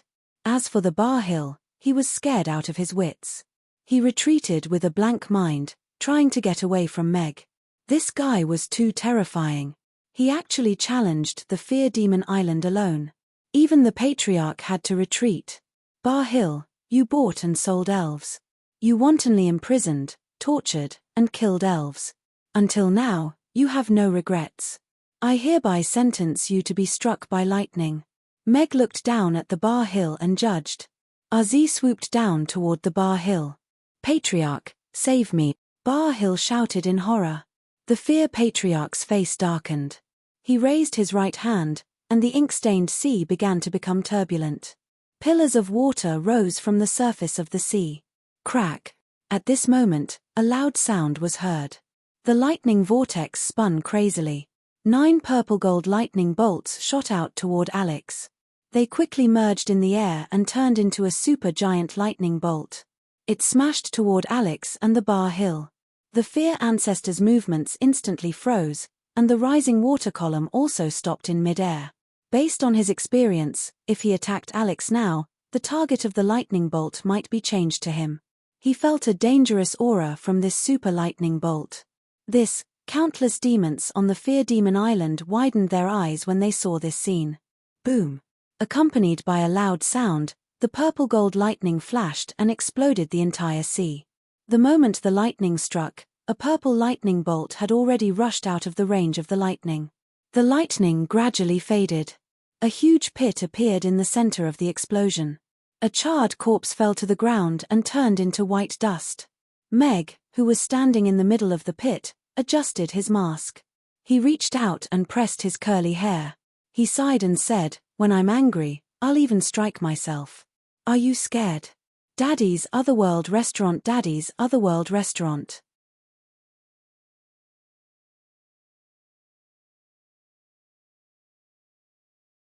Chapter 1376. He's still alive. The Fear Demons stared at the man who walked out from the center of the thunderstorm. Their eyes widened, and fear flickered in their eyes. The Bar Hill had already turned into ashes. No demon believed that he could survive such a thunderstorm. Even the Fear Patriarch could only temporarily avoid the terrifying lightning. However, not only was Alex alive, he was even unscathed. Lightning flashed on the ends of his hair, making crackling sounds. This man, who was like the god of thunder, left an indelible mark in the hearts of all the Fear Demons. They were scared. They were really scared. Father is so handsome. Amy's eyes also lit up, and she looked at Meg in surprise. She didn't guess wrongly. Father was indeed very powerful. He usually just stayed in the kitchen and kept a low profile. When did he learn to control lightning? Did he learn it from little RZ? Irina had a look of surprise. At the same time, the hanging star finally fell. The corners of her mouth curled up slightly, but her eyes gradually narrowed as she looked at Meg. How many more secrets is he hiding from me? Meg held his sword with one hand and reached out to grab RZ's scale, which flew back after circling in the air. He landed lightly on the griffin's back, and only then did he secretly heave a sigh of relief. God knows how he managed to overcome the numbness of his body after being struck by lightning. He quickly changed into the set of equipment that he had prepared beforehand and struck a cool pose to cover up the awkwardness of being unable to move at all. The lightning vortex in the sky hadn't dissipated yet. The whirlpool flashing with purple gold lightning made the Fear Demons feel fear and despair. Meg sat on the griffin's back, looked down at the Fear Patriarch, and said confidently, "The Bar Hill is already dead.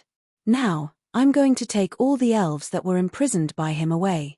Do you have any objections?" The Fear Demon Patriarch looked at Meg, and the dozens of vertical eyes on his face emitted a furious red glow. The sea surface that had calmed down for a while was once again surging with huge waves. The great-grandson that he had spent countless efforts to nurture was killed in front of him just like that. A human actually dared to threaten the entire Fear Demon tribe. How could he tolerate such humiliation? How could he accept it? The 4 terrifying demons who had been struck down by the lightning bolts rose into the air once again. Although the numbness caused by the lightning bolts hadn't completely disappeared, they still had the strength to fight if their ancestor wanted them to. They looked at Meg with eyes full of indignation. If you don't like it, then hold it in. Just then, a beam of holy light shone from afar, exploding on the Fear Demon Island. The holy light instantly illuminated the 3 islands as though it was daytime. At the same time, a cold voice was heard. Irina walked out of the holy light and looked down at the Fear Demons coldly like the goddess of light. Her eyes were cold and murderous. Irina. All the Fear Demons were shocked. Even the Fear Demon Patriarch's eyes flickered. His hand that was raised halfway stopped again.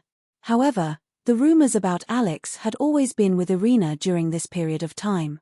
He came for the elf tribe today, so it would be strange if Irina didn't come with him. Just Alex alone had already caused the Fear Demon tribe to be in such a sorry state. If Irina was added, even if they could kill the 2 of them today, the Fear Demon tribe would have to pay a terrible price. They had already lost a young 10th-tier powerhouse tonight. If they lost 1 or 2 more 10th-tier powerhouses, their position as the most powerful tribe in the Fear Demon tribe would be snatched away by the destruction demons who had been eyeing them covetously. Even the tribes that were ranked lower would have a chance to surpass them. All the Fear Demons averted their gazes. Although the humiliation of being attacked at their doorstep was unbearable, the Fear Demons obviously didn't want their status in the Fear Demon tribe to drop. They were about to face the Fear Demon tribe's peace talks. All the demons looked at the Fear Demon Patriarch. The Fear Demon Patriarch looked at Meg and Irina with a flicker in his eyes. As the overlord of the sea, this was the first time they, the Fear Demon tribe, had been bullied like this on the Demon Islands for hundreds of years. However, no matter how overbearing they were, they still had their own nest. However, Alex and Irina were different. One of them had betrayed the Wrath Empire, while the other had betrayed the Wind Forest. They were like pirates who came and went without a trace. They had no scruples, and they were so powerful that no one could ignore them. This was simply the king of scoundrels. The Fear Demon Patriarch's expression changed. In the end, he gritted his teeth and said, "Let them go." The water column that rose from the surface of the sea fell back down. The giant squid's tentacles that were above the water surface also retracted slowly. All the demons heaved a sigh of relief at the same time and returned to the island. They were still looking at Meg and Irina warily. Irina came to the sky above the island that Bar Hill belonged to. She was enveloped in a golden glow as she looked at the elves who were brought out of the hall by the Fear Demons. There were more than 300 of them. Most of them were young girls, and they were all injured to varying degrees. The most serious one even had a broken arm as if it was bitten off by some wild beast. Meg flew around the island on his griffin, keeping his guard up against those demons. The young elven girls who were brought out of the hall still didn't know what was going on. They huddled together fearfully. "You don't have to be afraid. I am Irina. Bar Hill is already dead. I am here to bring all of you away," Irina said as gently as she could to the elves. "Princess Irina." All the elves looked up when they heard that. They looked at Irina, who was shrouded in the holy light, like a goddess. Their tears flowed uncontrollably. Bar Hill was dead. Was their life as slaves that would never see the light of day coming to an end at this moment? The elves were still in disbelief. That demon who controlled their life and death was actually killed. "I also want a large flying mount," Irina said to the Fear Demon ancestor. "Irina, don't push your luck." The Fear Demon ancestor's face turned cold. A beam of holy light swept across the buildings below. The skeleton hall and the Fear Demons melted at the same time, and they let out sharp screams. "I have been out for so many years. Revenge has always been returned tenfold, Irina said coldly. The fear demon ancestor's chest rose and fell violently. In the end, he gritted his teeth and said, "Give it to them." Not long after, a giant seagull landed in front of the elves from the main island and bent down. The elves quickly got on the seagull beast. The giant seagull beast with a wingspan of 100 meters could easily accommodate 300 young elven girls. Irina landed on the head of the seagull beast and ordered coldly, "Take off." Although she wasn't a beast tamer, the terrifying aura of a 10th-tier powerhouse could easily make the seagull beast submit. It flapped its wings, slowly rose into the air, and then left. "Don't try to tail me. I can guarantee that I will be faster than you," Meg said meaningfully. He rode Ozzy around the island, then took Amy and followed the seagull beast away from the fear demon island. After a long silence on the island, a fear demon whispered, "Fear demon ancestor, should we chase after them?" "You." The fear demon ancestor glanced at that demon. That demon instantly retracted his head. No pop-up window.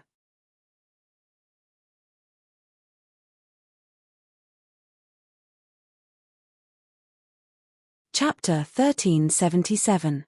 The return journey was very smooth. Although the seagull was only a level 3 magical beast, its flying speed was not slow, and its flight on the sea was very stable. Meg circled around a few times.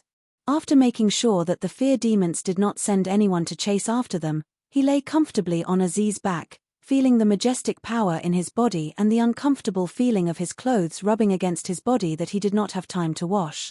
"Father, you're so powerful. You defeated all the bad guys by yourself."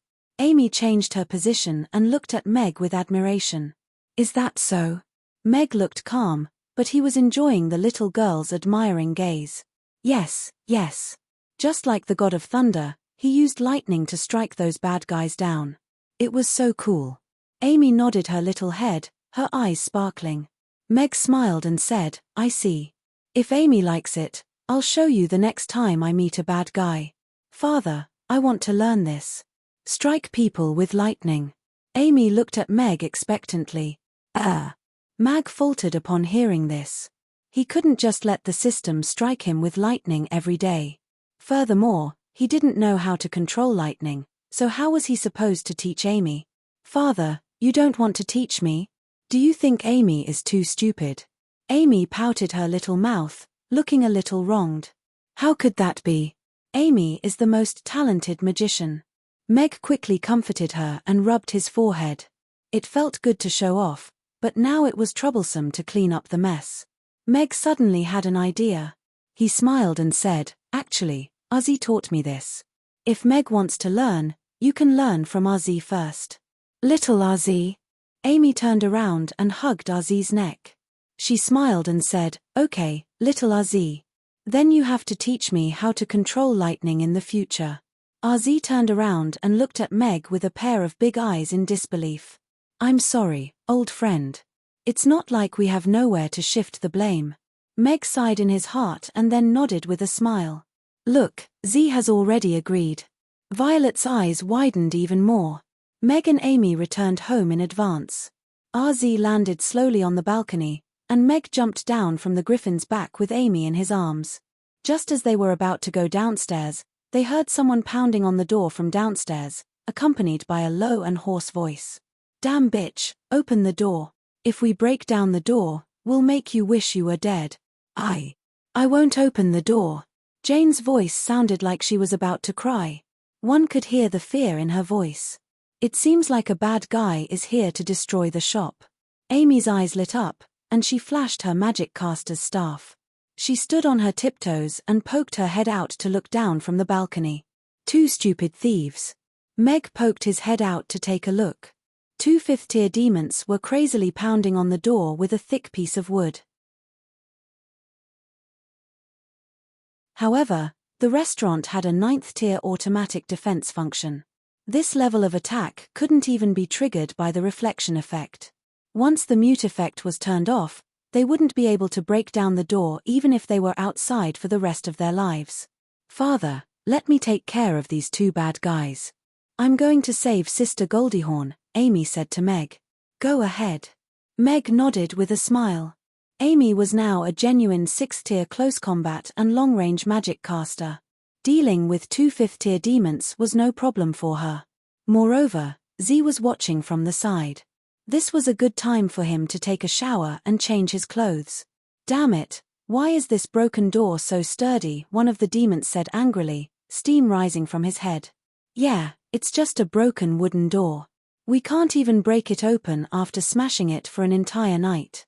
The other demon wiped the sweat off his face. He had thought that he would be able to quickly enter the door, grab the money, and have a good time. Then, he would immediately run away. In the end, all his actions were stuck at the step of entering the door. In the restaurant, Jane used her frail body to press against the door. Her body was trembling from fear as she looked in the direction of the stairs. Didn't the boss and lady boss hear the commotion downstairs? Why aren't they coming down? If they're asleep, all the more she can't let those fellows outside in. As a native of Carapace Island, she knew very well what the 2 demons outside wanted to do. Honey, I think we should do something. Boss Hades is a good person, Ivan said with a serious expression as he looked at Gina. In the house next door, Ivan looked at Jemina with a serious expression as he held a thick stone rod in his hand. I think so too, Justin agreed as he held a small stone rod in his hand. I also know that Boss Hades is a good person, but how are you going to help them? You're just a stone golem that just broke through to the 4th tier, and there are 2 5th-tier demons outside. How are you going to fight them? If you risk your life for the title of a good demon, then what about my child and I? Jemina said softly as she grabbed Ivan's hand. Ivan was silent. He glanced at Justin, who was looking at him, and his gaze became resolute. He reached out to press down on Jemina's hand that was grabbing him, and patted it lightly before hugging her tightly. He looked at Justin, and said, Justin, if I don't come back, you have to take good care of your mother like a man. After saying that, he turned around and strode towards the door. He pushed open the door, and shouted, Those 2 who knocked on the door, why aren't you scramming? Do you want me to smash your dog heads? Before Ivan could finish his sentence, a petite figure descended from the sky and smashed those 2 demons' dog heads. Hey! They were smashed in an instant. Amy jumped 2 steps back in boredom to avoid the blood that spurted out from the heads. Then, she turned to look at Ivan, who was holding a big rod with his mouth wide open, and shrugged apologetically. Uncle Ivan, I'm sorry. I didn't know you wanted to smash their dog heads too. Did I steal your head? Ivan stared at little Amy with his mouth wide open. That's right, this little fellow who killed 2 5th-tier demons in an instant was Boss Hades' daughter, little Amy. Little Amy.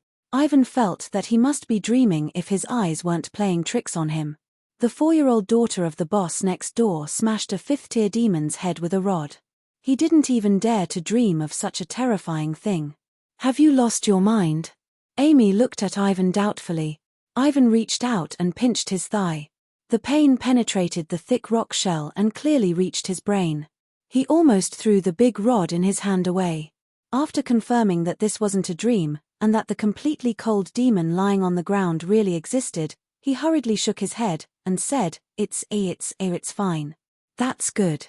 Amy nodded. She skipped over the blood on the ground, and knocked on the door lightly with her magic caster's staff. She shouted inside, Big Sister Goldihorn, come out and wash the floor.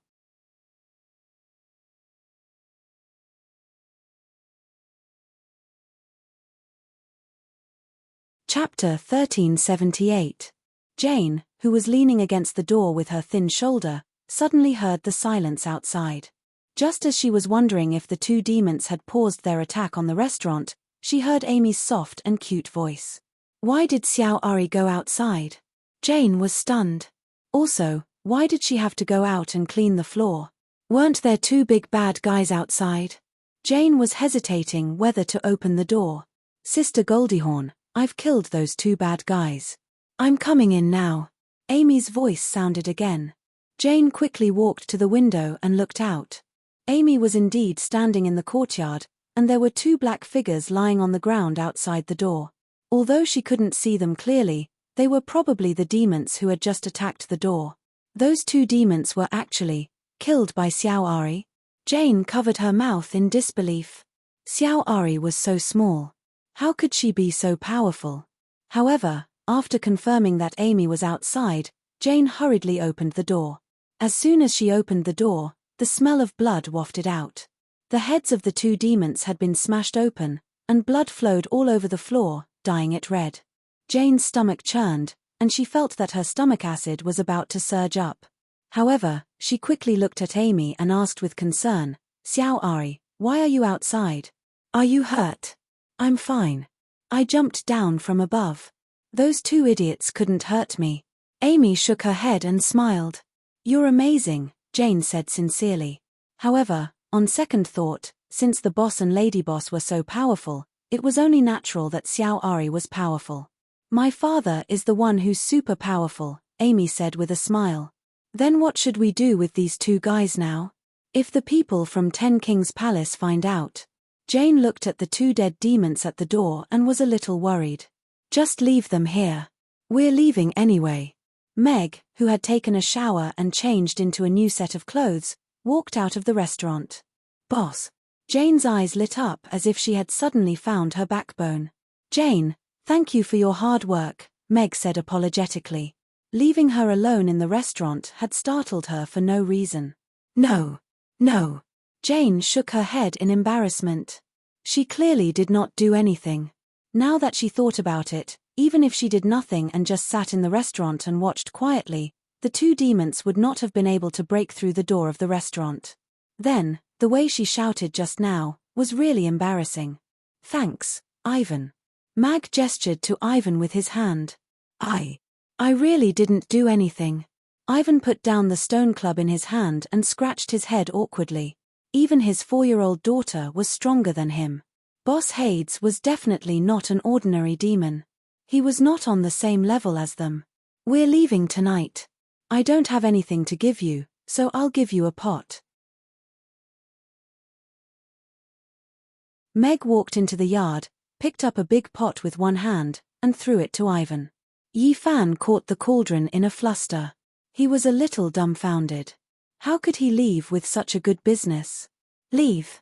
Jane's heart skipped a beat, and she clenched her fists subconsciously.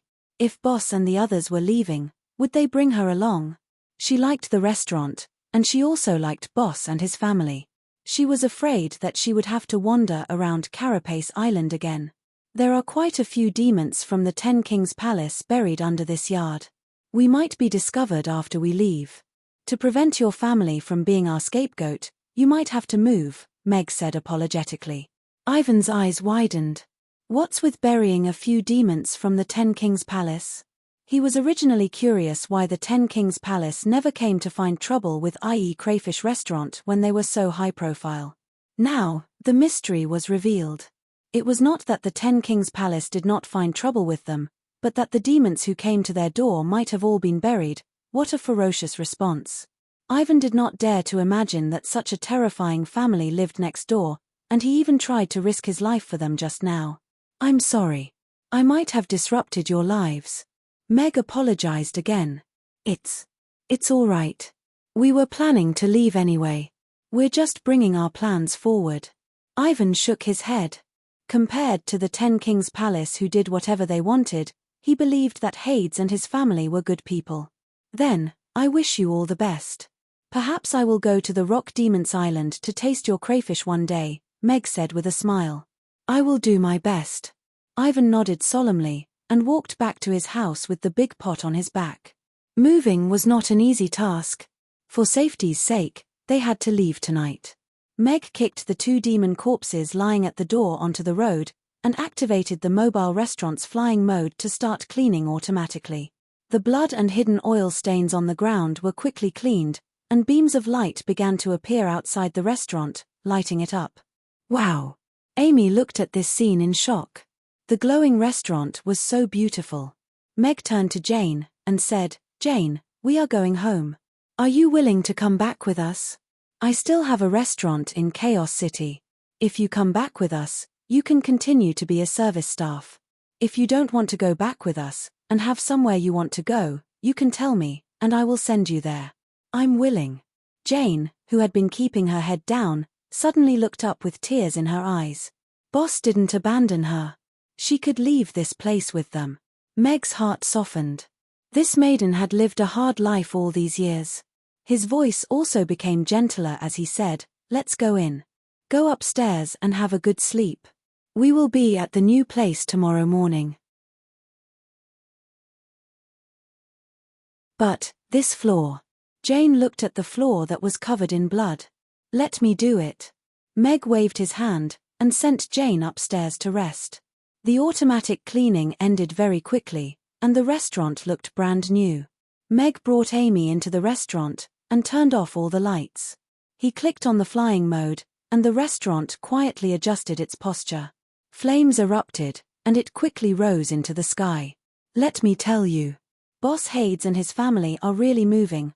Ivan and his family walked out of the door, and saw the restaurant rising into the sky with a beam of light, and then disappearing into the sky. Meanwhile, only a pile of gravel was left where IE restaurant used to be. Uncle Hades and his family came from the stars. Justin gulped. "Maybe." Ivan nodded. He glanced at the demon's head that popped out from the messy courtyard, and patted Jemina, who was still looking up. "Honey, let's not take anything. Let's go now."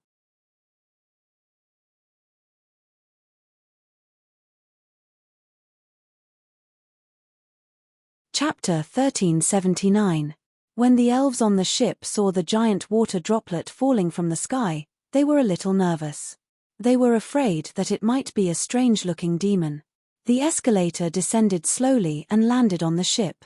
Irina stood at the entrance of the escalator and looked at the elves below with a smile.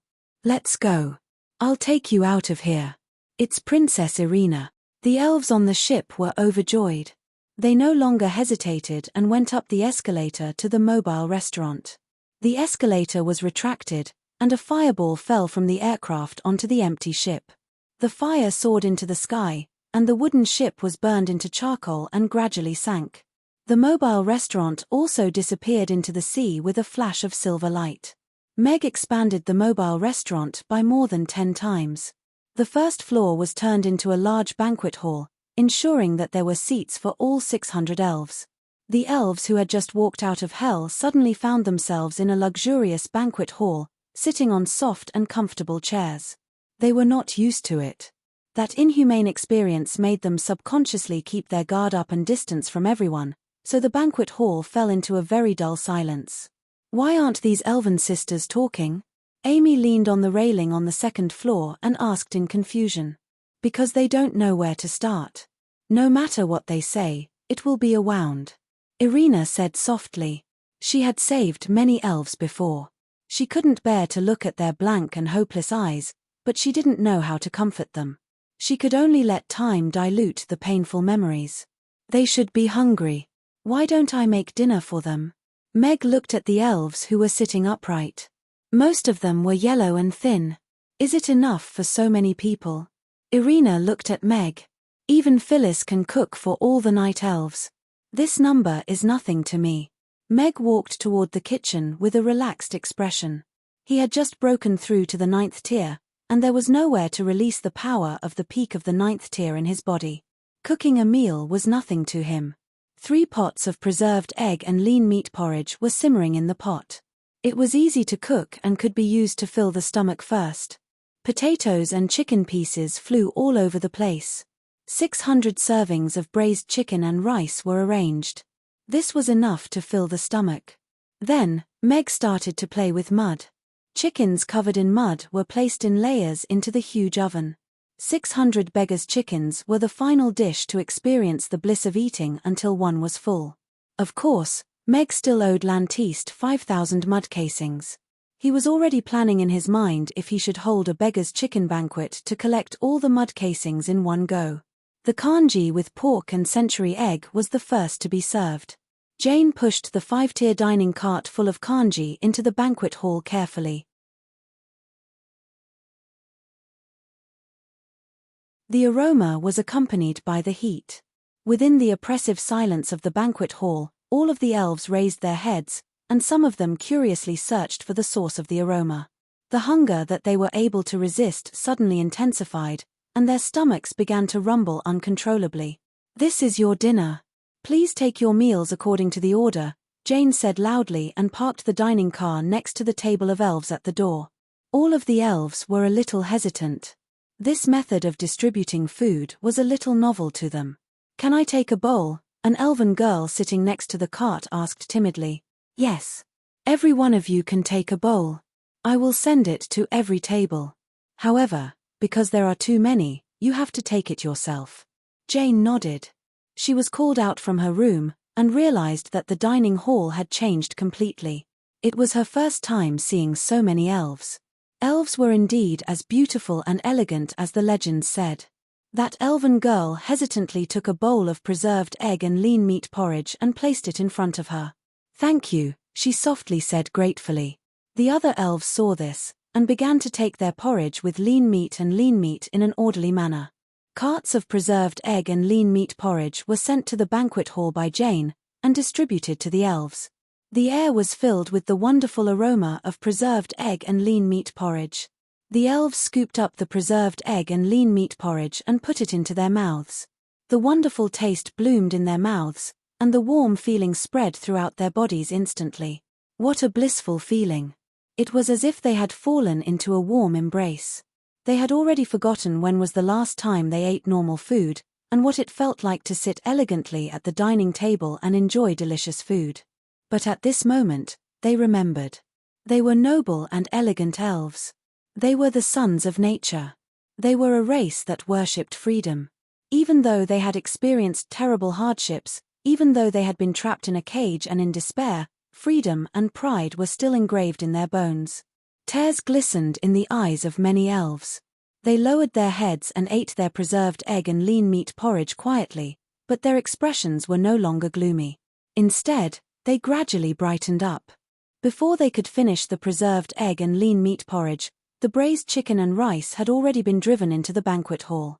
If the preserved egg and lean meat porridge's aroma was fresh and elegant, then the chicken soup's aroma that was enhanced to the extreme by the shiitake mushrooms was extremely invasive.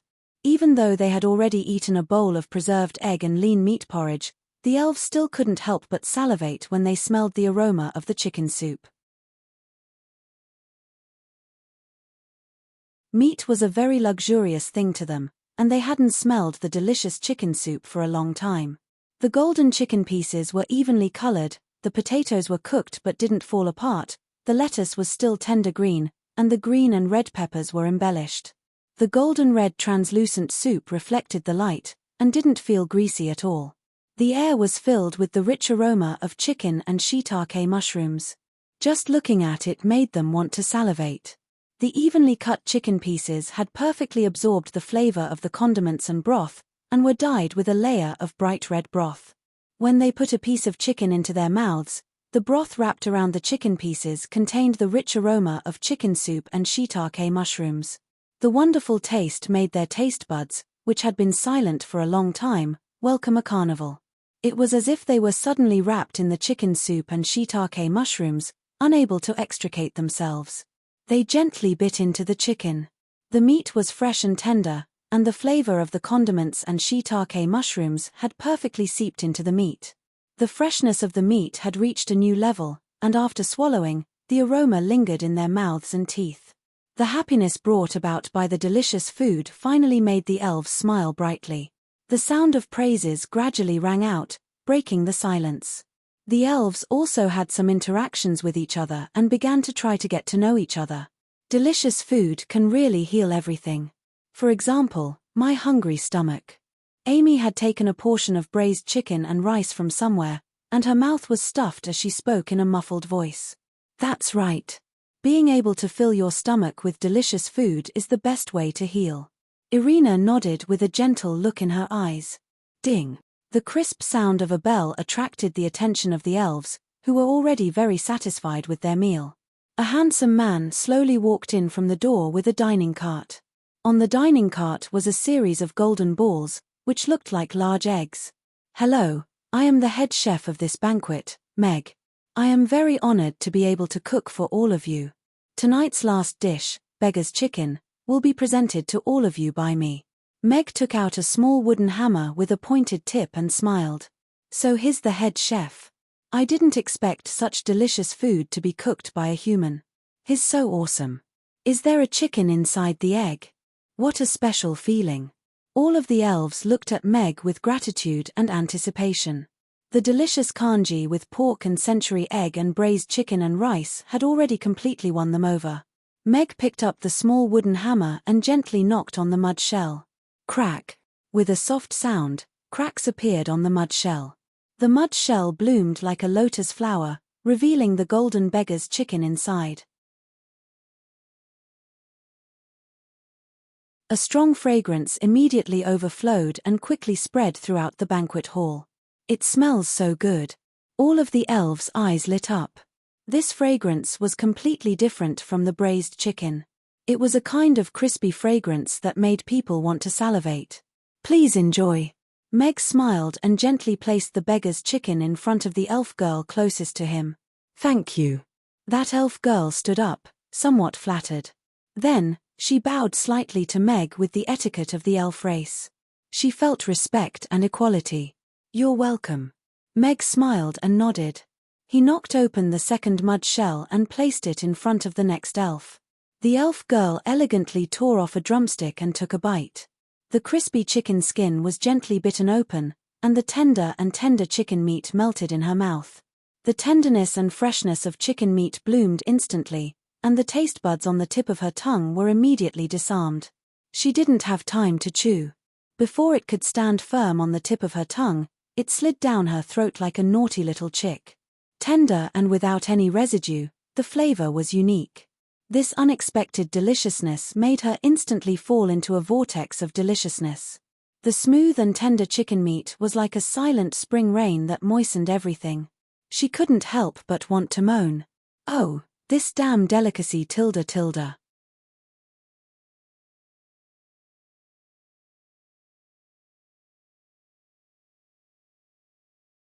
Chapter 1380.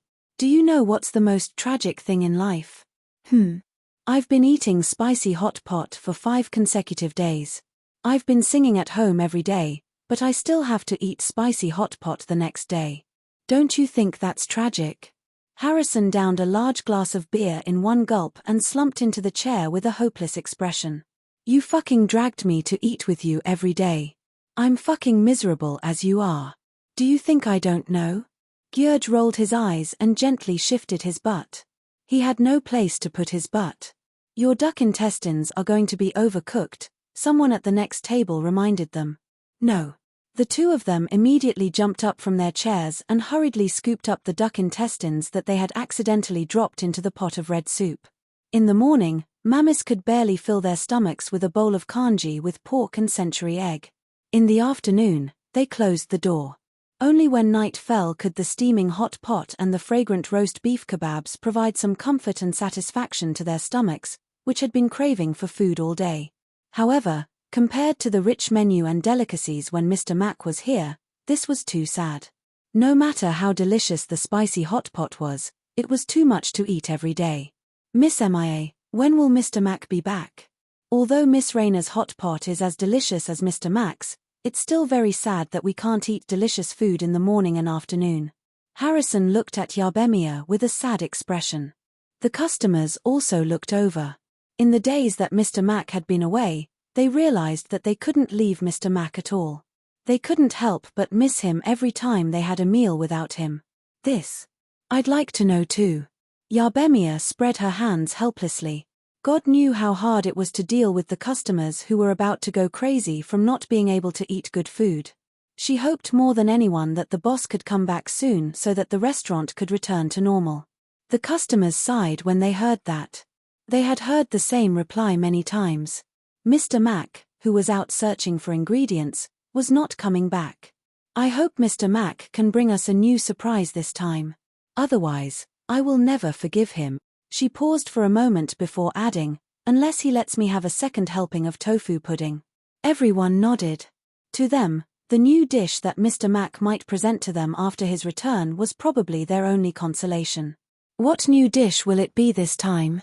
Uncle Meg and the others went out to collect ingredients for 5 days. It must be an amazing delicacy. Anna whispered. He has never disappointed anyone before. I think he won't this time either, Shirley said with a smile on her face. City Lord's mansion, in a secret room.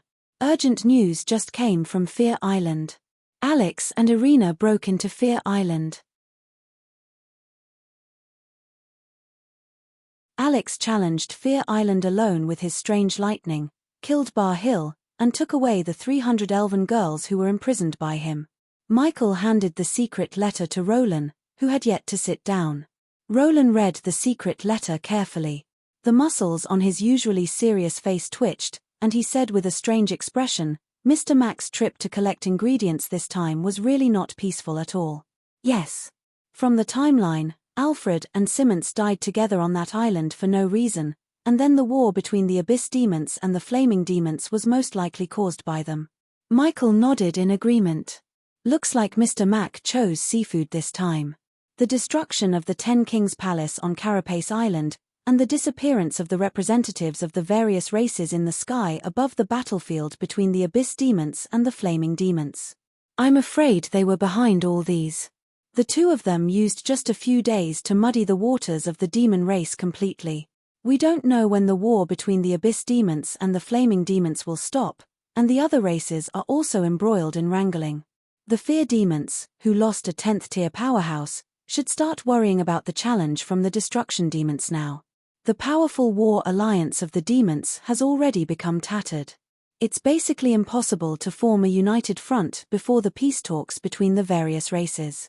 The threat of war from the demons has been temporarily eliminated. They did what we always wanted to do, but were always rejected on the sandbox because of possible mistakes. This is really unbelievable, Michael said with admiration. When Alex and Irina are together, they can always do some unbelievable things.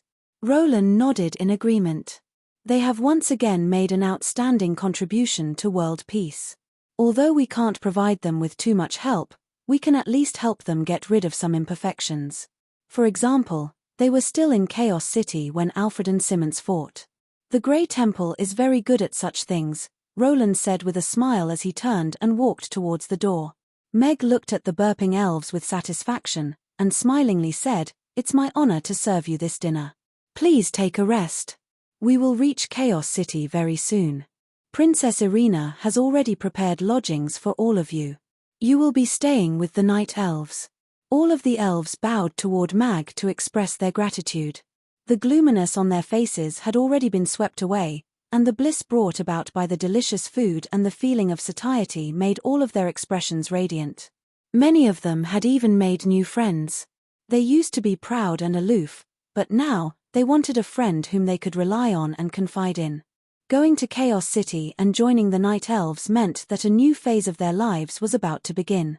Many elves already had anticipation written all over their faces. "Thank you," Irina said with her hands behind her back as she looked at Meg, who had removed his apron and came up to the second floor. "It's my pleasure." Meg smiled as he reached out to wipe away the oil at the corner of her mouth. He smilingly said to her, "Is the beggar's chicken delicious?" Seeing that she was caught eating secretly, Irina simply took out the half-eaten drumstick behind her and passed it to Meg. "Here, try it yourself."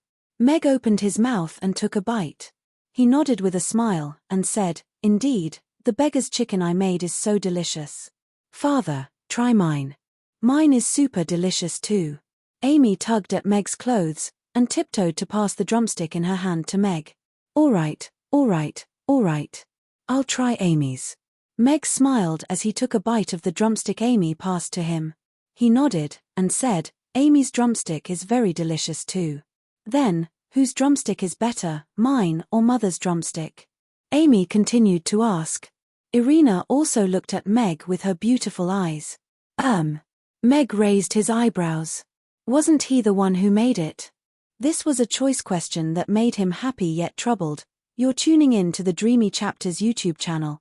We're so grateful for your support, and don't forget to subscribe to join us on this incredible journey through captivating stories. Your generosity through donations truly makes a world of difference, as it's the primary source of revenue that allows me to expand and enhance this channel for you. Thank you from the bottom of my heart for being a part of this adventure.